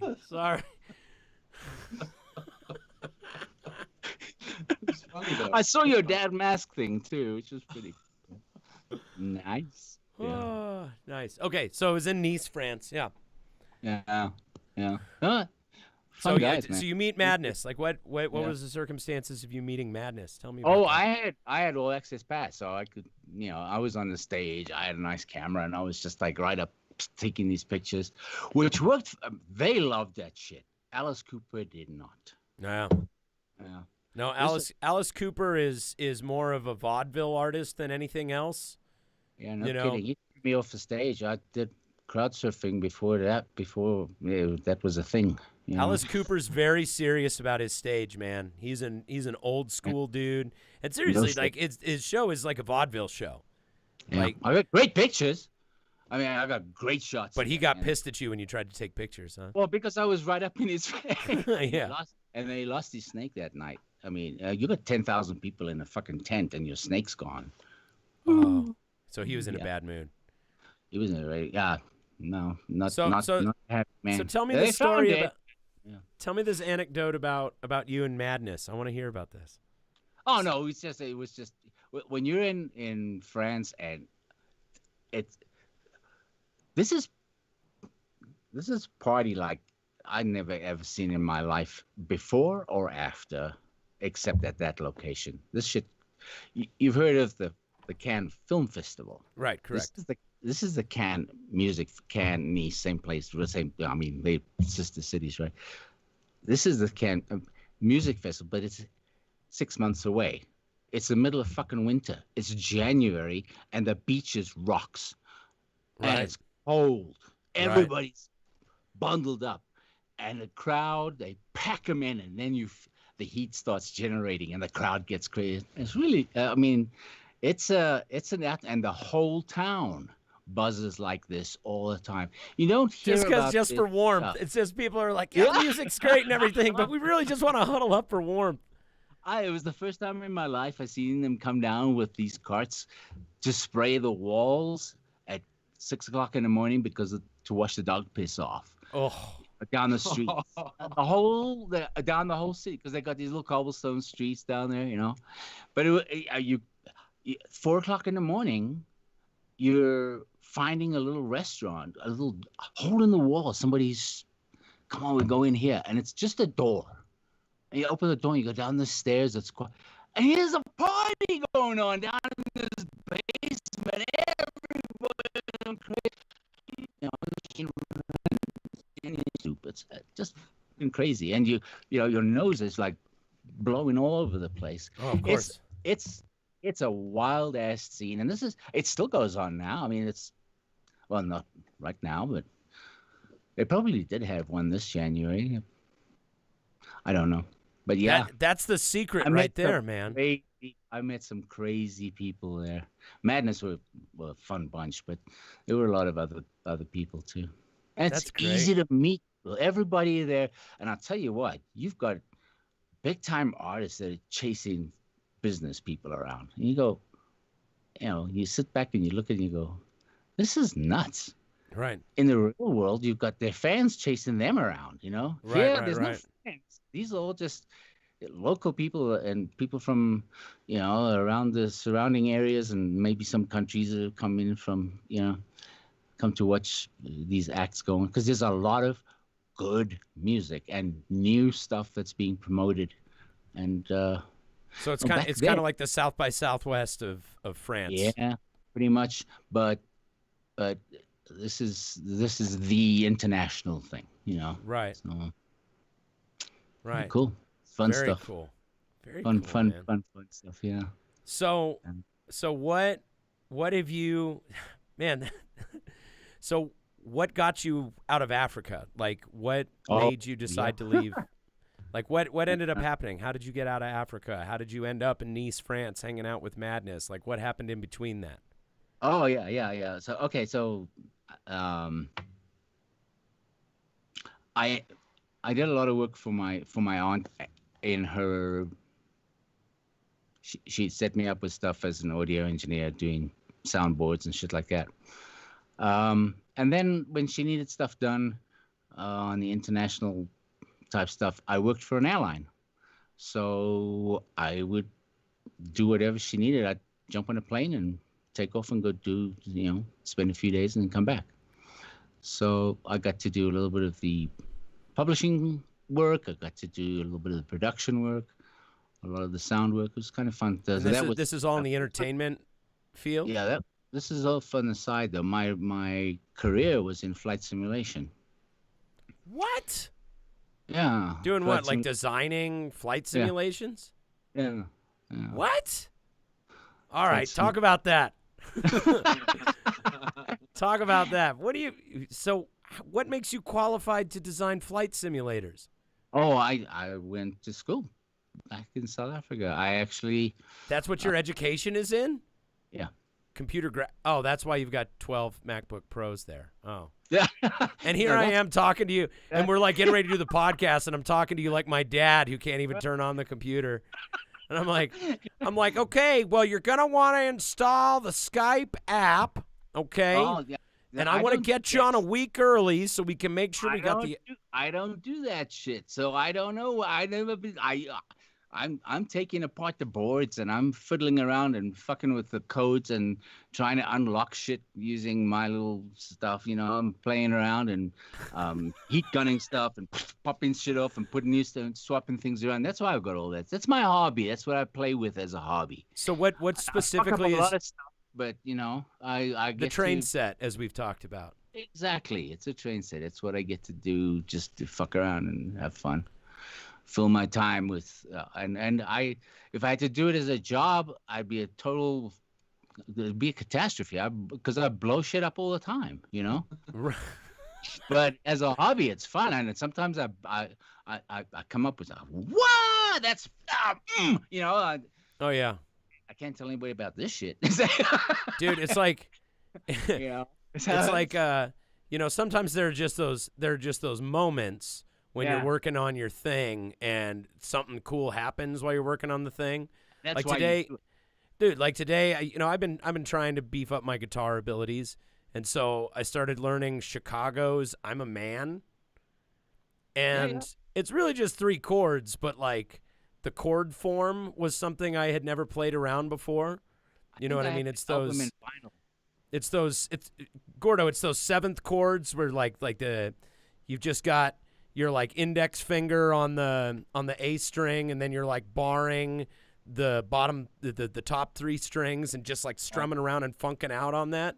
Like I had never played around with that before, so I'm just just like bar chords. Yeah. Well, yeah, but the like 7th bar chords, like just the 2-finger 7th bar chords. You know what I mean? Yeah. Gotcha. So I was like playing around with those and just like jamming along with Chicago, like on Amazing Slowdowner, just like full speed, just like rocking out on my acoustic guitar, and like I like teared up just from having so much fun. You know what I mean? Like when you're working on your thing and you have those moments, it's just like there's nothing like it in the world. You had a breakthrough moment. I had a breakthrough moment, yeah. Yeah. So okay, when's that one gonna drop? my solo album? Yeah, no, the one you've just been working on. When are you gonna pop that up on the video thing? Wait, what? With the cat. Of course, you got the cat in the video, right? Yeah. You know what? I actually took a break from I took a break from doing the videos Like, I originally took a break because of the blackout. But then I decided to keep it going because I got the rough mixes from Evergroove, and I really only have a couple hours a day where my son and my wife are taking a nap, and I can totally dive into one of my projects. Yeah. And I've got the roughs from the new recordings that we did up at Evergroove, and I have to put the time into building those songs out. They just take priority over over making my videos. So I took a little break from the videos, and I'm like just taking the rough mixes. What's the seventh chords in those new songs? Oh yeah. I'm playing a shitload of guitar, man. Put some flavor in there. Yeah.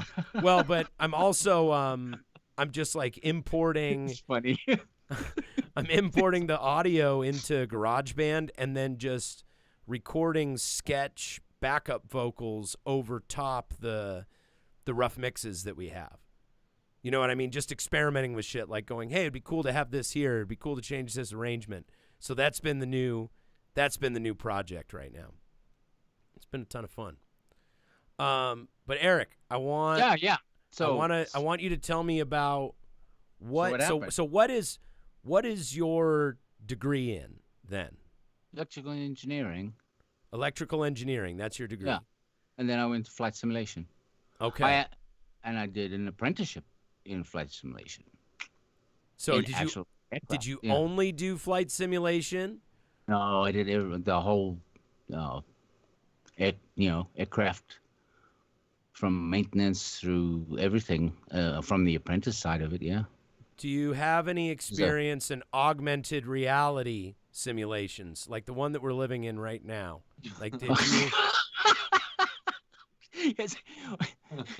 And how do we? What I'm mostly asking is, like, basically, you are Sir Anthony Hopkins in The Rock, and we're like in Alcatraz, but we're in an Alcatraz of the mind. We're in a simulation, and I'm asking, how do we get out of the simulation that we're in right now?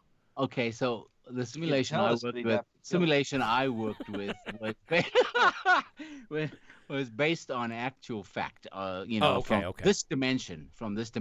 Oh, okay, cool. Okay. So it's if you're gonna work in Trumpism stuff, you're not gonna be able to, it's not gonna work in real simulation because you're gonna have to put in. Then you've got to go to gaming software and stuff like that. Oh, right. Okay, with flight simulation, you've got to be, that accurate because lives are on the line. So yeah, no, I couldn't fuck around with that. I couldn't give you your alternate reality stuff there. So your career, fun as it would be. Your career was how long did you design flight simulators for? Like, did you design just hardware or did you design software? Like, what side of it were you? I did. I went through the entire thing. When I ended up working at United Airlines here at Stapleton. What?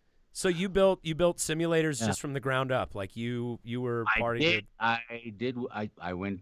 They built in Montreal. And they built in Crawley, Sussex. That's where, in England. But most of the Boeing stuff that United took was built in Montreal. So I would go out there for months at a time and work on they would build them. They have the design. We write the spec as the customer for what we want and how we want the machine to perform. And then they decode that and build the hardware around that so that it performs the way an aircraft does. Right. And then they build it up in the factory. And it takes a year to a year and a half to build one up. And then they break it down and bring it back to the site, wherever it is. And at the site, while this is going on there, the site's being prepared, the foundations. The foundations for those things, it's a lot of concrete reinforcing and shit like that because those things shudder around. There's a lot of heavy. goes on with that. You got hydraulics that pump those legs up and down. It's 3,000 psi of hydraulic fluid is that stuff. That stuff will cut your finger off pretty quick. So, shit, yeah, so wait, so you like throw a puddle underneath the leg, and he went, "Wow, where's the leak?" Because that stuff at 3,000 psi, a pinhole, you won't even see it. It's mists. But he ran his finger across like this, and it took him off. Just sliced him off. It's coming out. What? 3,000 psi at a pinhole pressure is like a razor blade. Whoa! This was way, way back when I was learning this shit, and I was told, do not touch. You see a puddle, don't touch the pipes. Don't touch those hoses. Yep. Yeah, well, that's a lot of pressure, but you need a lot of pressure to lift all that weight and shake it around. And you can pull G's in that thing. It actually feels like you're in the real aircraft. Wow. So yeah, That's I did so that. rad. Yeah, and then while I was at school, I was pretty active in a little more. How should we say, a little more revolutionary type stuff, right? Okay, I'm listening. But I would do it under different names. I would be, I'd be a different person. So you have a long history of using aliases, is what you're saying. Yeah. Well, yeah. And I won't drop your alias on here, but what's funny is that I thought I had the wrong name for you. Yeah, I had the wrong name. You called me Tom forever, right? Yeah. I called you by the wrong name forever, and it's because that's how I knew you on Facebook. Yeah. And what's funny is your real name sounds like an alias. Yeah. Like it's like Eric Stranger. Oh, my daughter. International Man of Mystery. My daughter loves that shit, man. She goes, yeah, she's a rock star with that name, I tell you. That's a badass name, dude. Stranger. Eric Stranger. Yeah, man, it's great. So, okay, so Mr. Stranger. Yeah, so I'm working one day, and this guy comes by, and I as I said, everybody in South Africa at the time was at some association with the military at some point in their life, right? Most everybody. Right. And after you're done with it, you go back every year or every so often whenever they call you up for anything from an afternoon parade. And once you do that, then, your obligation for the year is done. They could send you away for 3 months to go on the border to shoot people, Jesus. And you don't really have a choice. So this guy, he'd worked himself up to a fairly high-ranking officer in this reserve unit, which reserves. They call it the reserves. I don't know what they do now. It's been so long, but back then they did probably a lot like the National Guard here. Right. Right. But they not localized. They do go out. Well, National Guard also goes out. They send them all over the world too, right? So he come by and stopped by and said to me, "Hey, so are you ready to leave?" And I went, "No, man. It's like not even lunchtime, because it's 24-hour shifts on these things. Pilots don't like working late at night, so." Our most productive time was between 10 p.m. and 6 a.m. That's when, Oh, so you were working graveyards doing what you were doing. Sometimes it was rotating shifts. So, okay. I didn't think his question was odd because there were people that would be leaving around that time. I said, no, for me, it's not even lunchtime. And he goes, no, I'm not talking about. Are you prepared to leave? Like leave. Leave, and I went, What are you saying? He says, I'm not saying anything, but you know what?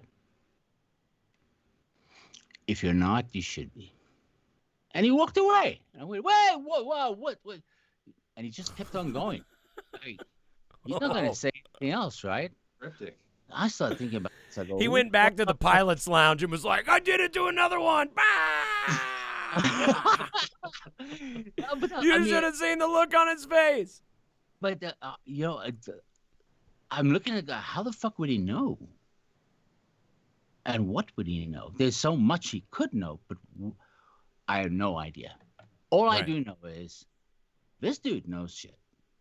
If he says, you might want to think about at least being prepared. You should be prepared. So I get my little escape bag ready, and it's down in my locker. And it's some months later, he comes by again. I haven't seen him for a while. He comes by and says, "Hey, how you doing, man?" Okay. He says, "You remember that day I asked you ready to leave?" I went, "Uh-huh." He says, "Today's the day." Oh, shit. Yeah. So I had a girlfriend that was working on the concourse, and I gave her a call and said, "Hey, can you give me a ticket set up and boarding pass and shit?" She knew what the situation she was and she said, "I'll see you on board." And I put on my ramp uniform, overall stuff. Grabbed the toolbox, and the bag, the carry-on that I had it looked like just I was going off to go work on service, and jumped on the crew bus and took a ride to the ramp. Went up backstairs, sat down in the toilet, and waited for her to come give me a ticket. She took a carry bag off with my uniform and whatever else I didn't want, and hello, New York. Wow. Just like that. That night they took my house apart. Wow. Holy shit. Now, at that point, they don't put you in jail, in prison anymore. At that point, you fucked up enough. They've really hit you. They've given you all the warnings they really should have given. Now it's time to disappear you. Right. Yeah. But when you get the word, you don't fuck around. You go. And I went to Hawaii, the furthest point from South Africa on the globe. It's like, yeah, I'm gone. Yeah. Holy shit. I lived in Hawaii for some time. Yeah. Before going to California, and I ended up in Silicon Valley, working for an OEM there as a Holy systems. Shit. Did anything ever come of that? They went through your house, but that was the end of it? Like, you never heard anything? Like, your family wasn't harassed? Well, and I'd been estranged from my family for a while. But there were family members that I was close with that they knew, and they did get visits, and they got a question. But but they Nothing really outside of that. Nobody really knew. I didn't share this stuff with anybody. You can't talk about this stuff with people, because the less you know, the safer you are. Right, absolutely. Because then when it comes time to come around and ask, when it comes time to come around and ask questions, they're going to ask the people that, and if you know something, it's going to come out, and they're going to just keep digging. Yeah. Holy shit.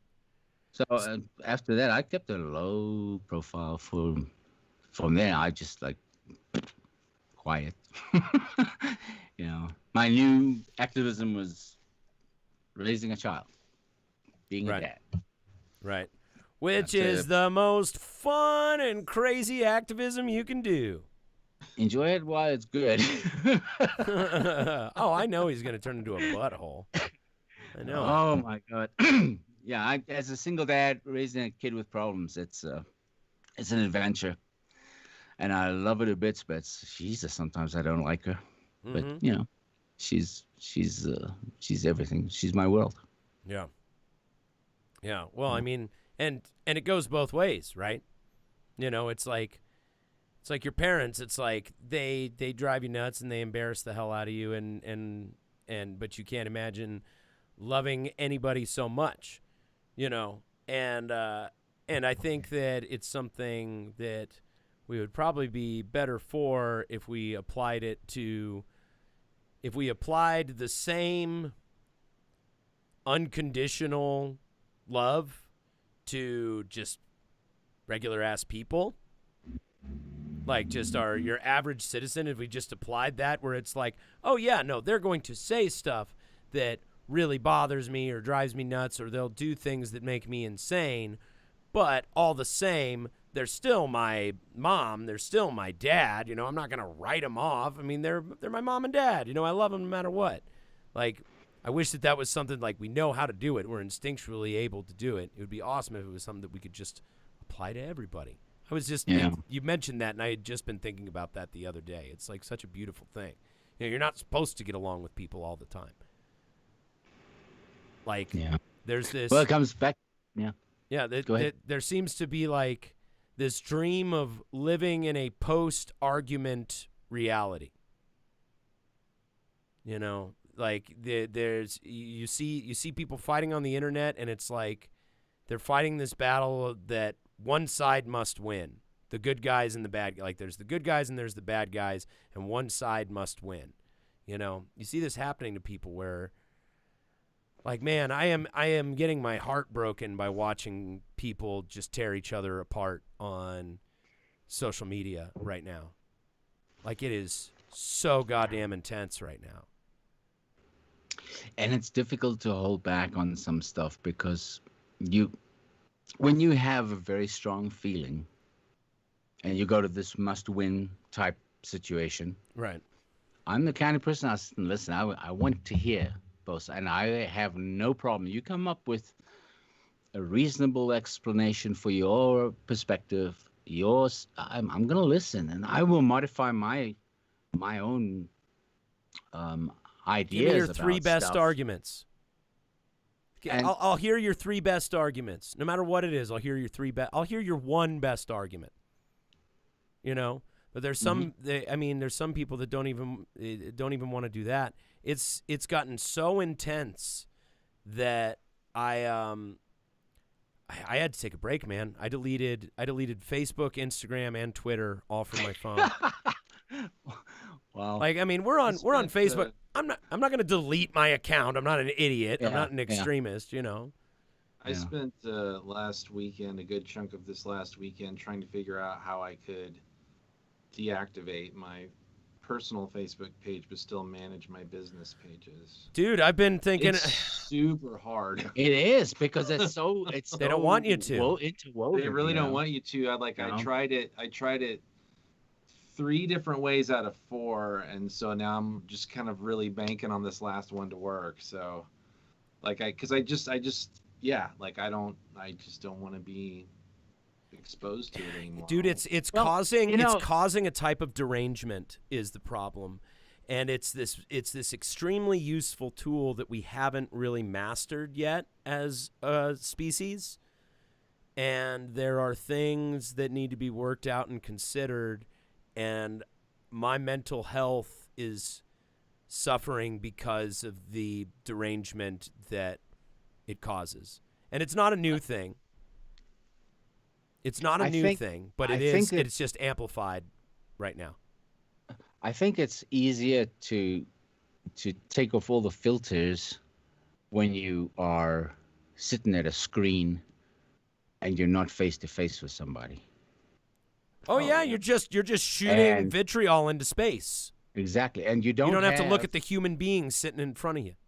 And if you do see them, it's like you can just turn the camera off or turn it's so easy to be able to force your point in a way that you would never do face to face with somebody. Right, absolutely.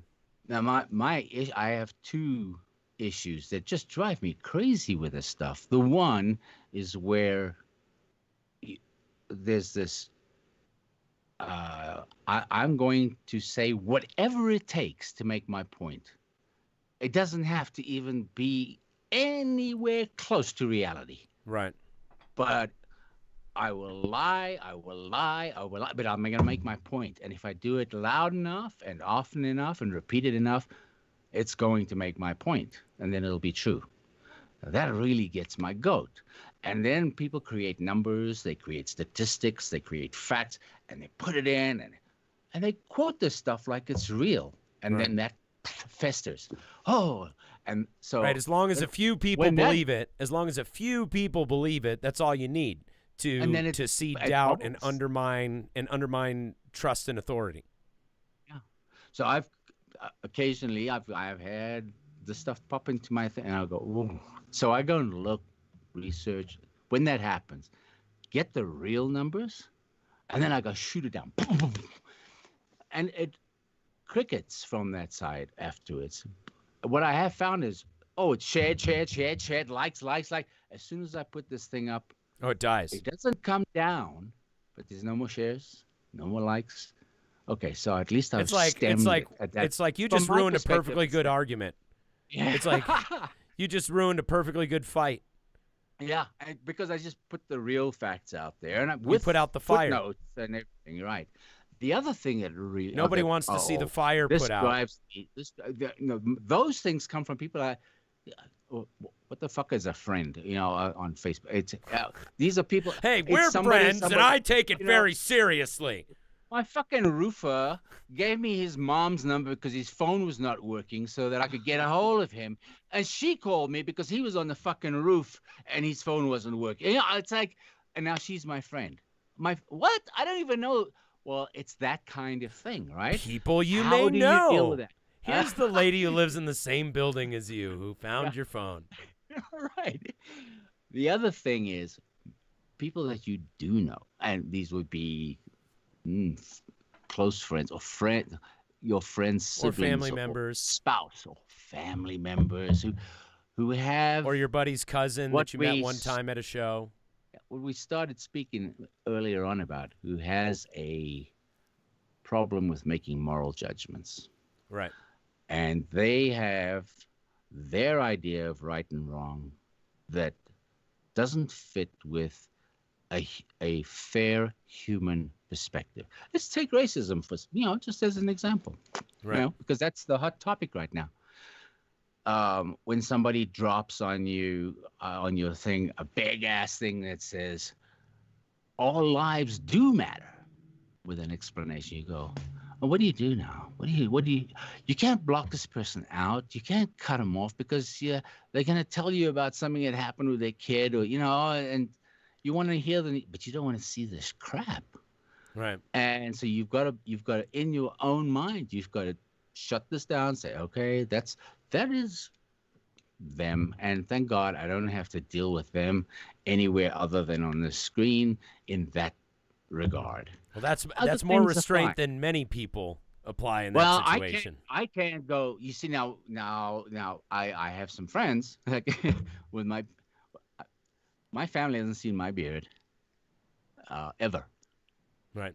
When I did that Three Kings thing and dropped that photograph, when I did that little poem for Three Kings, and dropped that little picture of me on there. Oh, there was a shitstorm started. Man, my sister went over off. your beard. Oh my God! Oh Jesus, man! Yeah, the women, every woman in my family. Hey, not one fucking word about my poem, but 37 comments about my fucking beard. Right. Right. And they went off on it, and then I had some of my friends got pissed off. Eventually, jumped on there and said, "These are your family." I mean, and they. And excuse me, don't beard shame him. Yeah, that's what did he call her? Stop busting his whiskers. Trichophobic chihuahua. Trichophobic chihuahua. Yeah. That's somebody who's afraid of hair, right? Right. Which, and he shot that at my sister. My sister did not like it, but it did. I eventually had to go in and pour oil on the water and say, "You guys got to just cut this shit out because I'm going to end up losing friends and family. I don't want to fight, so we got to cut that." But that's exactly what you were describing here, where the vitriol is toxic, and it really is. Besides the political shift in chasm that is between people, right? You've got this other stuff now, and we've got isolation going on. This is becoming, everybody's shrinking down to fucking raisins, Right. Raisins everywhere. Yeah, and it's not absolutely. healthy. It's not healthy. Yeah, I value conversation so much. And Yeah, that's why you got this thing, which is wonderful. I mean, I love it. It's a lot of fun. But Yeah, I it would is. be lying. I'd be lying if I say that I come on here and I never get nervous that something I say in passing in a conversation is going to harm me in some way. You know what I mean? Like, Yeah. I consider myself, and I was telling Ethan and Gordo this at the beginning, you know, like, I consider myself a bleeding heart, like, a bleeding heart liberal through and through. I really do. Like, dude, I tear up over nothing, man. Like, I want to see people thrive and do well in the world. I believe in humanity. I'm waving the pennant of humanity, man. Seriously. But I also believe in asking questions, and I believe in learning things. And like I've said before on the show, like, I even think we should get rid of the death penalty so that we can study murderers and psychopaths and serial killers, because it's important to learn from them. You know, it is incumbent upon us to learn everything that we can about our species, and we have the technology to be able to hear what everyone thinks.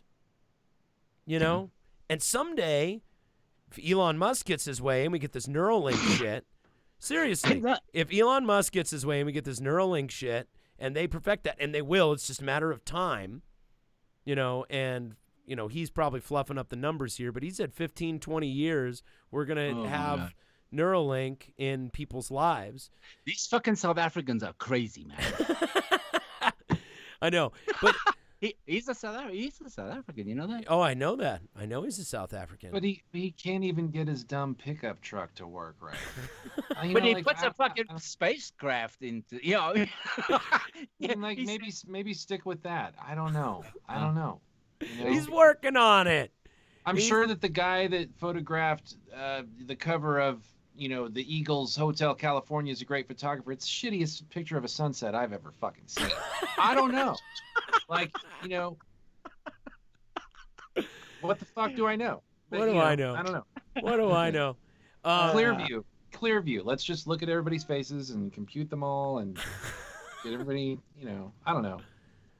Yeah, this is clearly the psychosis that happens from isolation. Yeah. Are you doing okay, man? Like, I was Not at all. No. I was thinking about you when I was on my way in. I was like, man, this is probably, would you say this is the most outside human contact, like real-time outside human contact you get in a week? Not anymore. Okay. You know what happened? What As happened? of last week, the band resumed our practices. Whoa! So you actually get to stay in the same room with people. It's under highly, you know, there's a protocol. Right. But you know, and it's a very controlled environment. But yeah, I'm very excited to be in a room with my actual real friends that are real in reality. You know, not just through a screen. You know, like we're doing now, and like it's amazing. It's incredible. It's How's it been tactile. just to get back together and jam, dude? It's been What's it incredible. like? What's it like? I'll tell you one thing. None of us were expecting like anything. We're just like, let's get together, hang out. You know, we'll play some songs. Like, we honestly played probably about at least half an hour's worth of material from our set, as if we had just taken a couple weeks off. It's in there. It was just it's in the code. It's in It's there. in the code. Oh yeah. So You know, like you've played it enough. It's in there. yeah, we've been, you know, programmed like everybody else in the Matrix. So we know. I mean, it's part of the simulation. It wouldn't be much fun if you forgot how to do the shit that you can do. Yes, yeah. You might wake up. No, but seriously, it's been rad. And That's really I've had a great. couple of like meetings with families and stuff like that, you know, so it's like, you know, like I get a little bit of contact here and there, you know. The thing that really bothers me is like I can't go do the things, like there's this extra layer of paranoia and anxiety when you're considering doing the things that you would do normally, quote unquote. and then it inhibits you from doing those things completely. Right. You know, like I won't go to a record store. You know, I won't go to a bar. You know, I'll get takeout from a restaurant. You know, all those, I have to take those precautions. Just, I don't really feel like I have a choice. Like, Are you having a lot of fun? Like, are you building fun into your life? Oh man, I'm having so much fun. So much fun. I mean, you should check it out. You should come over to my house sometime and see how much fun I'm fucking having, man. I pulled out, seriously, I don't know if it's psychosis or what, but my last live stream, I did fucking karaoke.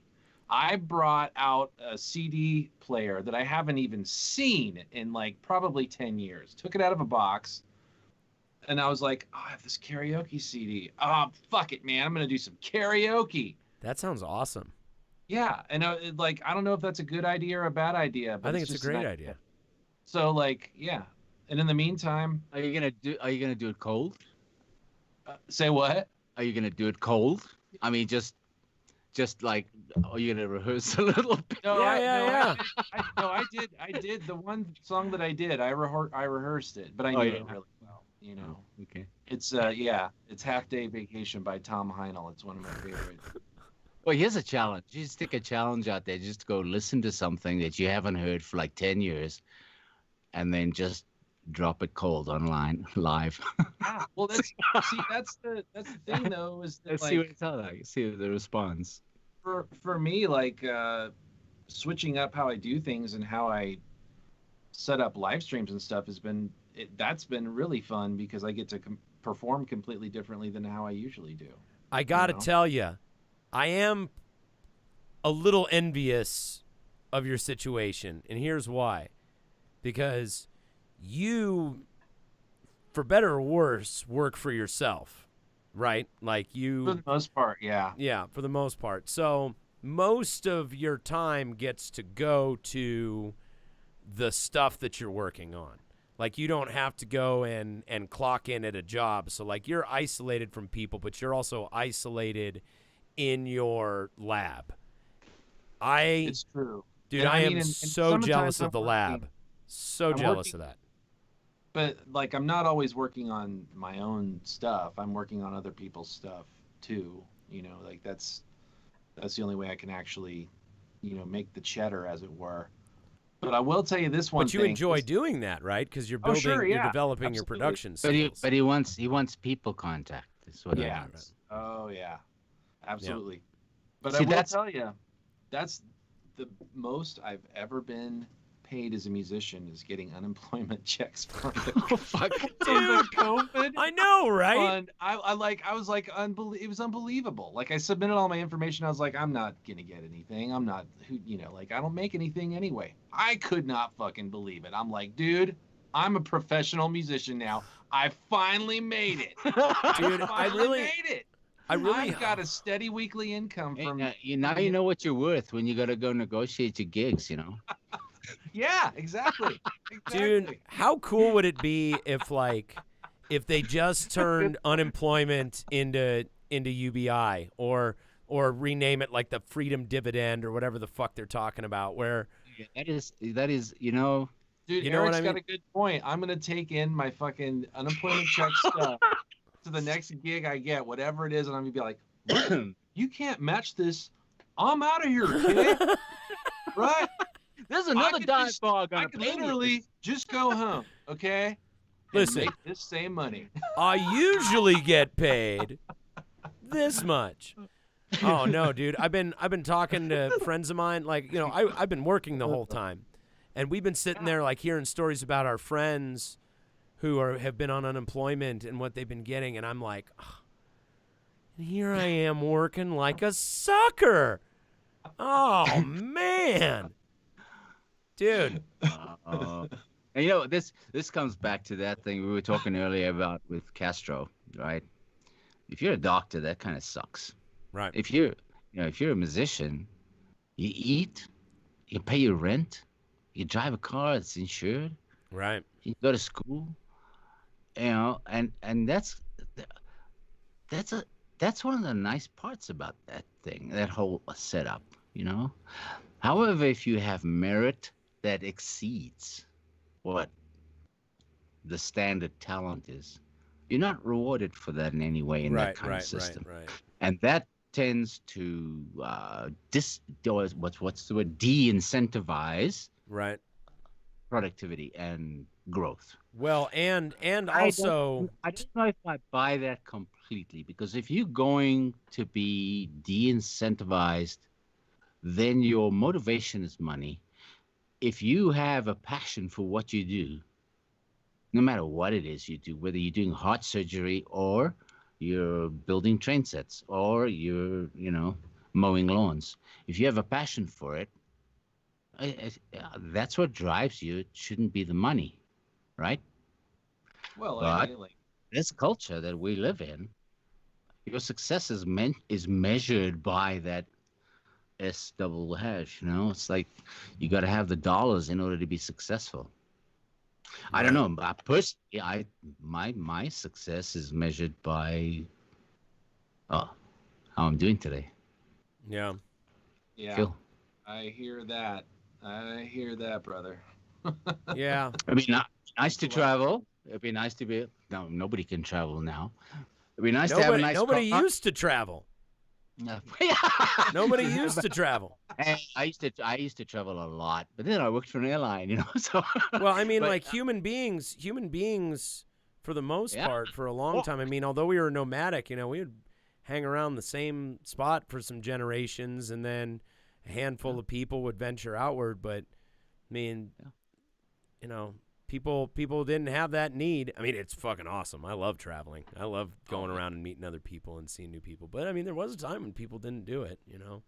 You can live a fairly fulfilled life without leaving your immediate confines. Although I will say that travel, I accredit travel with being directly responsible for changing my worldview. Like I do make that accreditation. I do extend that. Part of it, right? I mean, after going to Europe for the first time and like really experiencing what it's like on another part of the globe, just going to another part of the globe, or like crossing over into Mexico, or just like crossing over imaginary lines and experiencing how different it is and how the same it is all at the same time. Yeah. Like we're on tour with we're on tour with a band from Germany and a band from Norway and a merch guy from Sweden and my dad, who's like an old ass man, and all the dudes in my band and stuff like that. Hey, my dad is an old ass man. He'll admit it. But we're going through all that, and we're going through this together, and like we're playing the music that we like from our countries for each other. We're like, oh, I grew up with this band, and these are the TV shows that I used to like, and this is what Norwegian country music sounds like, and da-da-da-da-da, and just doing what band guys do when they're hanging out anyway.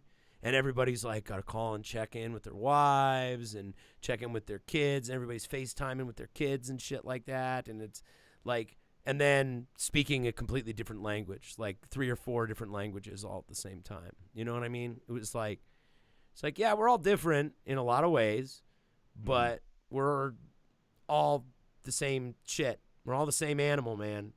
Mm-hmm. Mm-hmm. Yeah. And what's really cool is when you're all speaking in different languages, and you communicate respectfully with the other. I mean, but when you talk to somebody who speaks your language, you blah, blah, blah on the side, and then eventually, when you spend enough time, everybody knows what the conversation is, even though everybody's speaking in a different language. You can't speak that language, right? But you have a way of communicating, and that.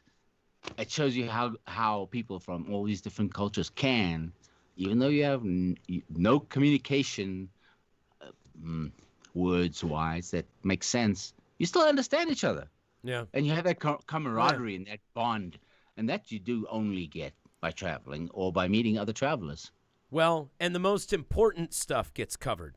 You know what I mean? Like when you don't speak the same language as someone, it's like, okay, what are the points that we can easily agree upon? It's like, I'm going to be nice to you. I'm not going to do anything to you. You're not going to do anything to me. We both like to eat food. Here's my kid. Here's your kid. Like, you know, like you have the that offends me. Oh, that I like, and I know that offends you, so I'm not going to do it. And next thing you got friends. You don't even understand each other. You don't. I'm not talking about Facebook friends. I'm talking about friends. Yeah, I know. I'm just, man. I really am. I want to see some more conversations happen. I think we all saw in 2017, just we saw things go a certain way that I think many people can agree was suboptimal in terms of actually moving the needle. I mean, there continues to be tons of stuff that goes on that is doing excellent work in moving the needle. I mean, the world is changing by leaps and bounds overnight. But there were so many things that were slowed down by people just being cruel and insane and mean and nasty to each other on these platforms. And I had to step away from it for a minute. I'm still staying plugged in through like news outlets and reading blogs and listening to podcasts and things like that. But I have to step away from the algorithm. You know, the vitriol machine. I can't be around it right now. Yeah, I mean, for me, like, there's only a certain amount of that's worth my time. Right. Honestly, I can't. I'm not going to sit there and argue with someone I don't know about, you know, my deeply held beliefs. What's the point? Well, like, and here's the point. Here's the thing that I have a problem with. If someone says something shitty on the internet and you make screen caps of all their information and you dox them and you put it out there and you destroy their life and you get them kicked out of school and you get them kicked off their job and you get them attacked by people from all directions and just bombard them with madness, like, do you think they're going to go, you know, they make a good point. I'm going to be on their team now. I'm on their team now. No, they go, those are my enemies. It's not going to happen. It's not going to happen, man. Oh, no. They're going to go, fuck, I'm never fucking around with those people or anything those people stand for. Those people want to hurt me. Those people are my enemy. All this does is concrete everything I had already, you know, cement everything I had thought already. As opposed to if you go, hey, uncle, hey, cousin, hey, friend of a friend, hey, listen, privately, I disagree with you, and here's why. I saw what you said. I thought it was very insensitive. I didn't think it was the most intelligent thing to say, and here is why. Okay. Oh, you can't say that to. Don't tell somebody they're dumbass. No. But if you go, and especially if you tell people like, look, hey, I love you no matter what.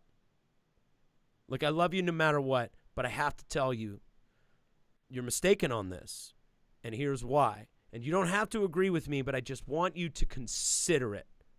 Okay, and I'm putting it to you from a place of love, and just like, hey, man, listen, here's my best case on it.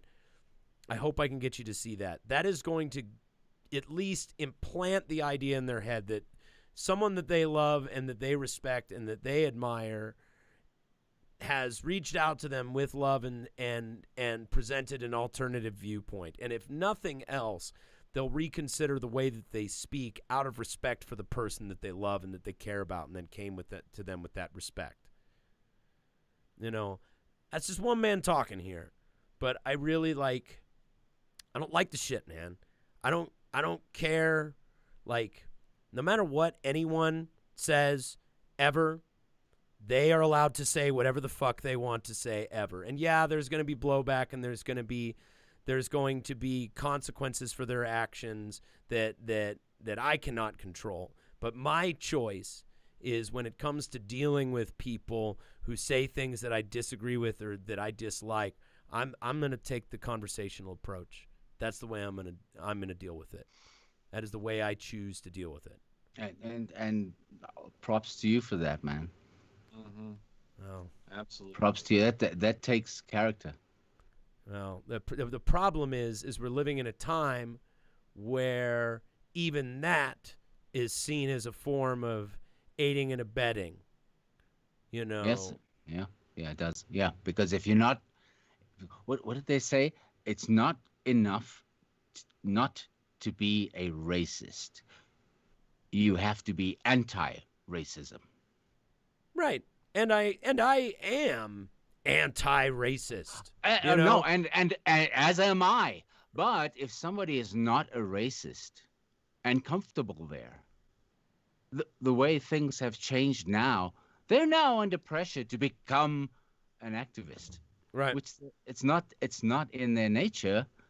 And you tell if they were like, look, I didn't have a problem with anything in the first place. Not anti-racist, you're a racist. You know, it's not. Wait, no. Let the person be. You know, right? That like complex equivalence, like the complex equivalences are something that I have a problem. It's just like if you X, then Y, and that's all there is to it. You know, no, yeah, it's well, and it's not just that. It's not just the conversation of racism. It's conversation in general. It's the structure of conversation in the social media space. It's the way that the algorithms are designed. It's the way. I mean, you're an engineer. It's the way this shit is engineered. It's the way it's designed to function. It's like I think we should be talking about all the dark shit in our.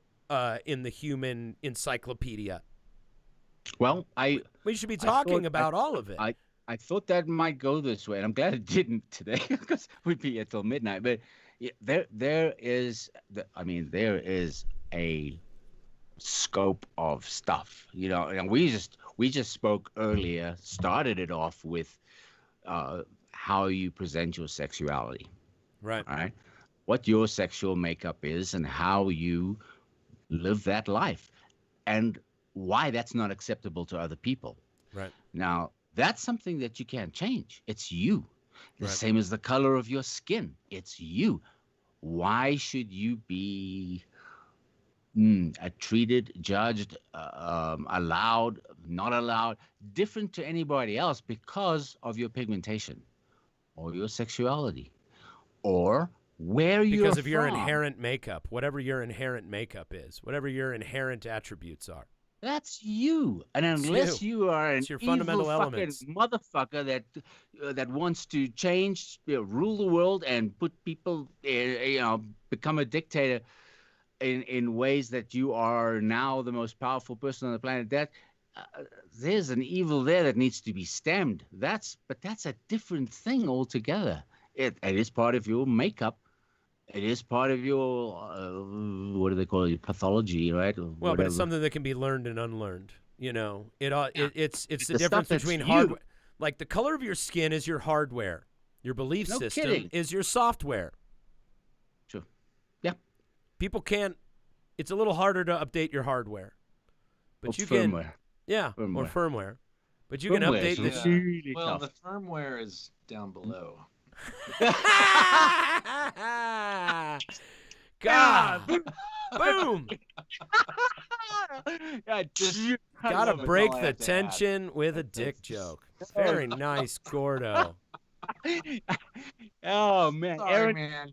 It's Hey, it's- You Gordo never got- apologize for a dick joke. You hear me? especially one that gets a rave review, man.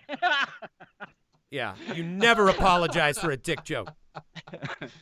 That was brilliant. You should be proud of yourself. No, Yeah, but it was. yeah, it is. You can. It's harder to like. There's your hardware, the color of your skin, the color of your eyes, your sexual makeup, your gender expression. It's part of you.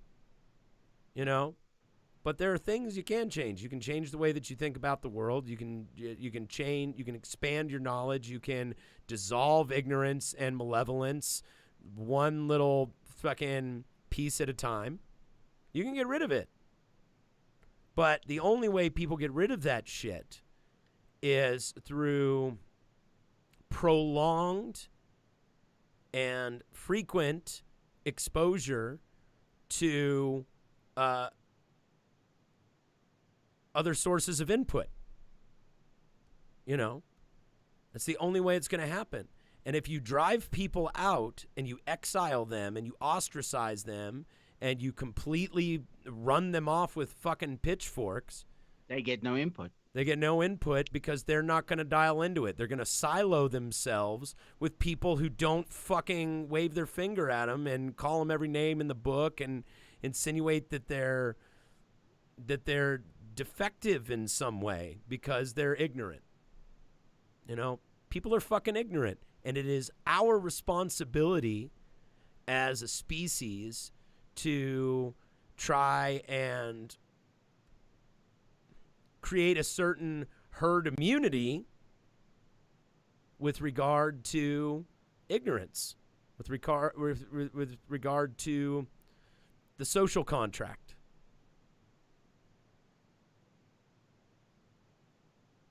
I'd like to say that this starts from infancy. You know, basic rules of life. You learn from before you can walk, man. Right. You know you shouldn't be doing that, you know. You know you shouldn't be doing that. You shouldn't be doing this because you were taught that this is wrong. And it's part of, well, you do have stuff instinctively, but your system of principles and your system of morals and your system of values comes from your environment, your parents, your siblings. Right. It's very tough to break that when it is a birthright.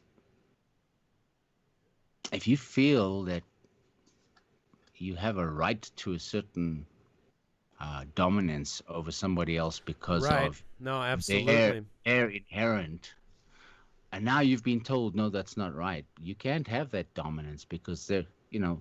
Oh, it's associated with your entire identity. Exactly.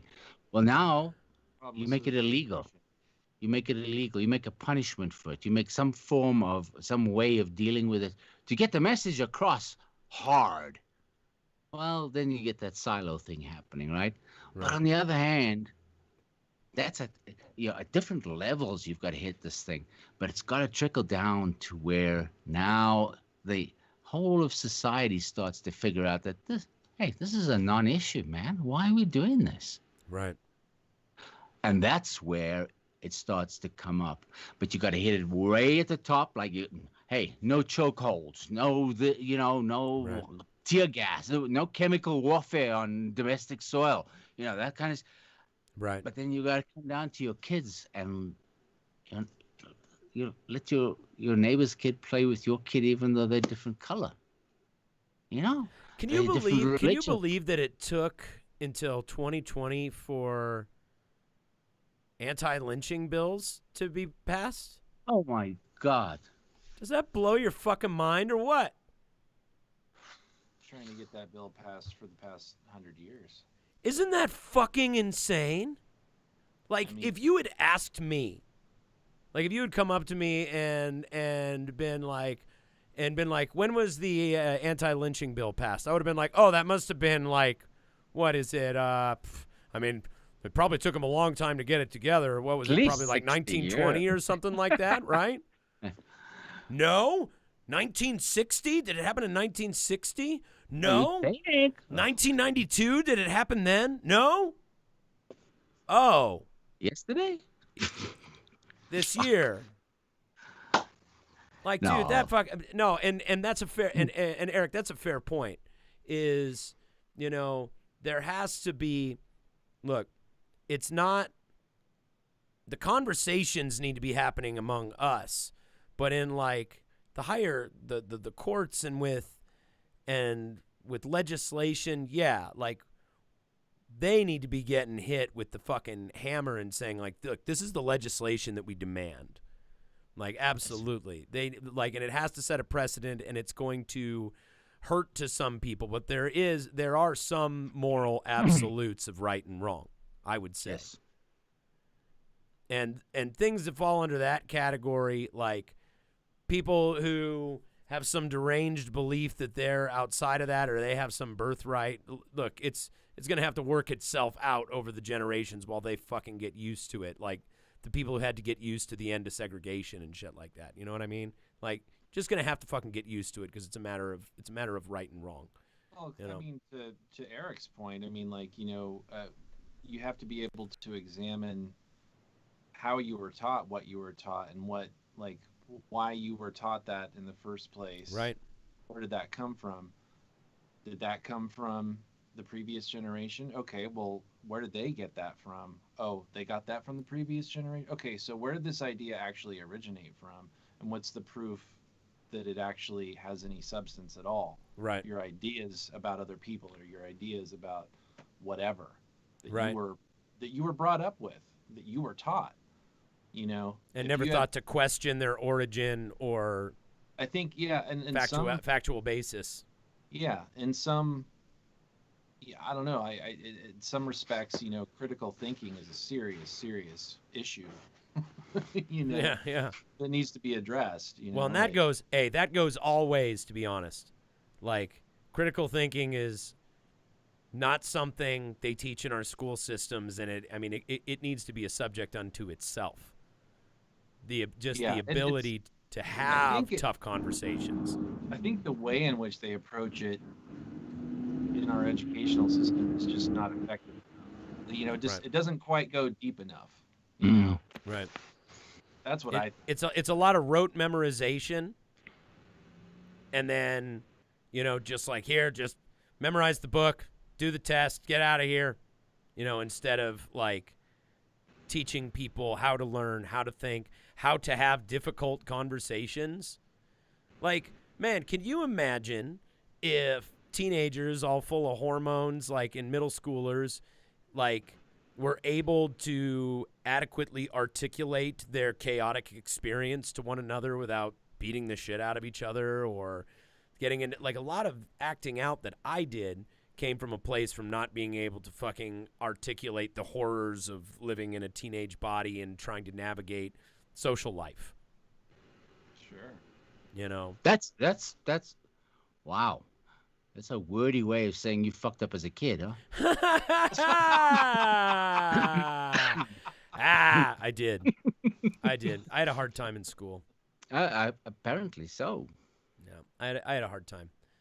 About 7th grade was probably when I started slipping off, and a lot of it came from being kind of weird and not knowing how to navigate social life, and then being around a bunch of other people who didn't know how to navigate social life, didn't know how to act. There's no manual for how to be a human being, Mm-hmm. So you acted out and found out where the limits were, and then just jumped off, right? Yeah. Well, I mean, I just did a lot of dumb, impulsive shit. And I've talked about this before on the show. It has been suggested that many of the things that I did as a dumb, impulsive kid could probably now be attributed to a bipolar disorder of some sort. Who the fuck knows? They don't. We don't learn how to act with people. We don't learn how to talk to people. We don't learn how to socialize. We don't learn how to live with the other human beings around each other. They just kind of go, they toss us in there, and then they go, well, they'll figure it out. Kids always do. We just got to make sure they memorize a bunch of this shit. Instead of teaching them to ask questions so that they can answer the greatest questions currently facing us in the next decade or so. And they don't get the answers, right? No. Well, hey, guys, I think we got to call it there. Wow. Yeah. We've been going now for 2 hours, 45 minutes. I want to give I want to give a shout-out to everybody who's been watching the stream or popping in and out. And I want to give a quick shout-out to our sponsors, the people who make this go on. Matula Plumbing. Matula! Shit rolls down. Shit rolls downhill. Don't be at the bottom. Your number 2 is our number 1 priority. Your shit is our bread and butter. Angie's List Super Service Award winner back in 2011. 1-1 is the only one that matters. Your shit is our bread and butter. Your number 2 is our number 1 priority. He'll wear the booties for you. Jerry Matula. Mutiny Information Cafe. Mutiny is everything. Books, records, music, live events eventually again, cereal, coffee. Just really a truly amazing place. And a hub for you. A cat hanging out there now? Is what hanging out there? A cat. I saw pictures of a cat. Is there a cat hanging out there? I guarantee they have a cat. Oh, you know what? I did see that Mutiny is starting a broadcast, a talk show system. Yeah. Mutiny does whatever the fuck they want. Is that what it's called? No, this is a new thing that's kicking off this Friday, right? Oh, really? Cool. Yes. Stay tuned for that. Mutiny is dropping a new show. I'm excited to see it. Friday at I'm not sure what time it was, but yeah, sure you can pick it up. Yeah, man. Go over to Mutiny's. Left and right. Say what? Dropping pods left and right. Left and right. I mean, now's the time to do it, man. Now's the time to learn the technology. It's amazing to watch everybody going through it. It's wild. Yeah, well, this is my debut, and I'm just having a blast, man. I'm gonna have to do this again, man. Dude, it's been really fun having you on. It's been really fun having you on, Eric. I really enjoyed this. I was a little like, but yeah, no, this has been really great conversation. Yeah, really great having you on here, man. Let's see. Flipside music. Life's short. Make some noise. Go see Ike and the guys, and make sure to check out their YouTube channel. What the FAQ? What the fact? And see what they're all about, man. Burn TV. Volume pedal. Yeah, from go get Flipside music. It does one thing. It does it well. Flipside music. Get yourself a volume pedal. Did you just get a volume pedal? What? Did you just get a volume pedal? No, I've had it for a while. But I did get it from Flipside though. So. There you have it, folks. He got it from Flipside. You can get it too. Burn TV. Burn Studios. This podcast and a bunch of other amazing content comes out of Burn Studios. I got to have on the show soon our director of operations, Joy King.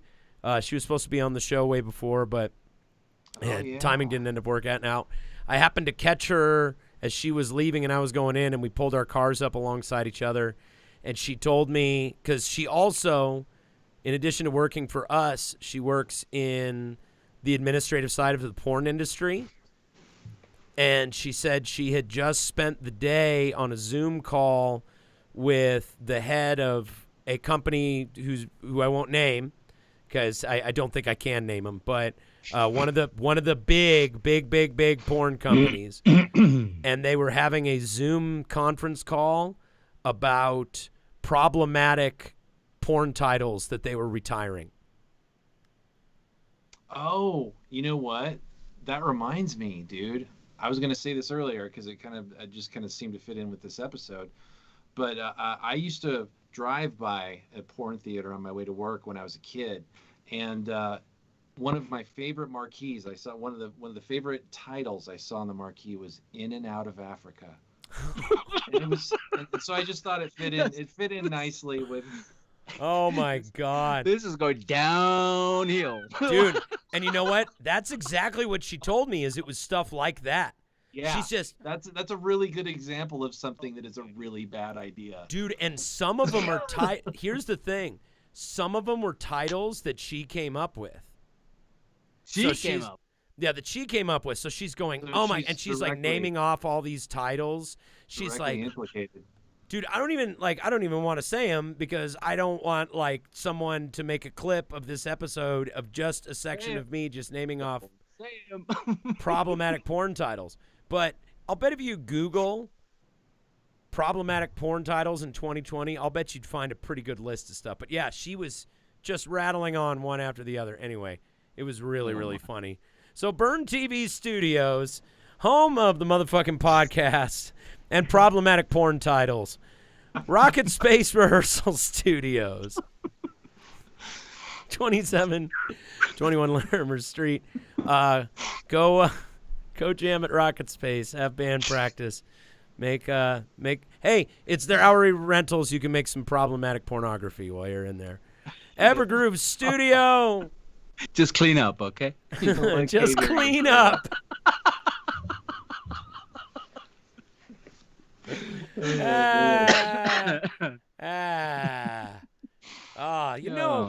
I find the best part about jokes, I find the best part of them is how fucking funny they are. No, that's why they're jokes. Yeah, that's my favorite thing about jokes, it turns out. Evergroove Studio. Yeah, hey, Brad. And hey, shout out to our tech guru, Ethan Klein, who's been pacing in and out. I'm assuming to tell me that there is something wrong with the stream, but I've just been unable to break away from this conversation. So if there's been something wrong with the stream, I apologize, guys. We will be releasing a recording of this later, so it won't be whatever the problem was, but Ethan was pacing in and out of here sweating something. So shout out to him for being the best tech guru a guy could ask for on my nightmare of a podcast. Thanks, Ethan.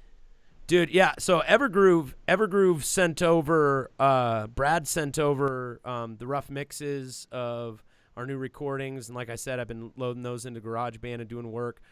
Brad is doing remote mixes for people, which is a really cool thing to be a part of. Like, you can actually listen to the mix live as he's working on it. It's super fucking cool. Brad and the gang are doing some amazing work over there. I can't wait to get back up there and do some work with them. So, Evergroove Studio, hit them up about your next project.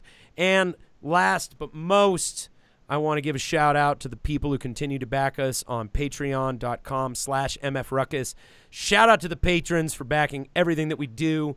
If it weren't for you guys, we wouldn't be able to push through this fucking situation, man. Like we wouldn't be able to make music and make content while we're in the middle of a pandemic and the greatest global economic crisis we've seen since the Great Depression. Like shitty, crazy shit is happening right now, and we're able to stay active and keep doing shit. Some shitty, crazy shit is going on right now, and we're only able to do what we do because of you guys. So thank you to the brave, beautiful, wonderful, sweet, generous people who back us on patreon.com. If you would like to get access to exclusive content, early content, VIP parties with beer and food, all that shit. How do I do that, Aaron? Well, you go to patreon.com/MFRuckus and you become a patron at any level. Any level. You should do it, man. It's going to be cool. Anyway. Is there a peon level? A peon level? That I can get involved with? There's the MF Lite level is $2 a month for the MF Lite level. And here's the thing.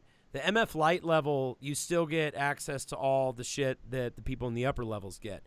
The only thing that the people at the upper tiers get is they get like first dibs on certain things, or they get like merch sent to them just automatically, or they get a bigger T-shirts.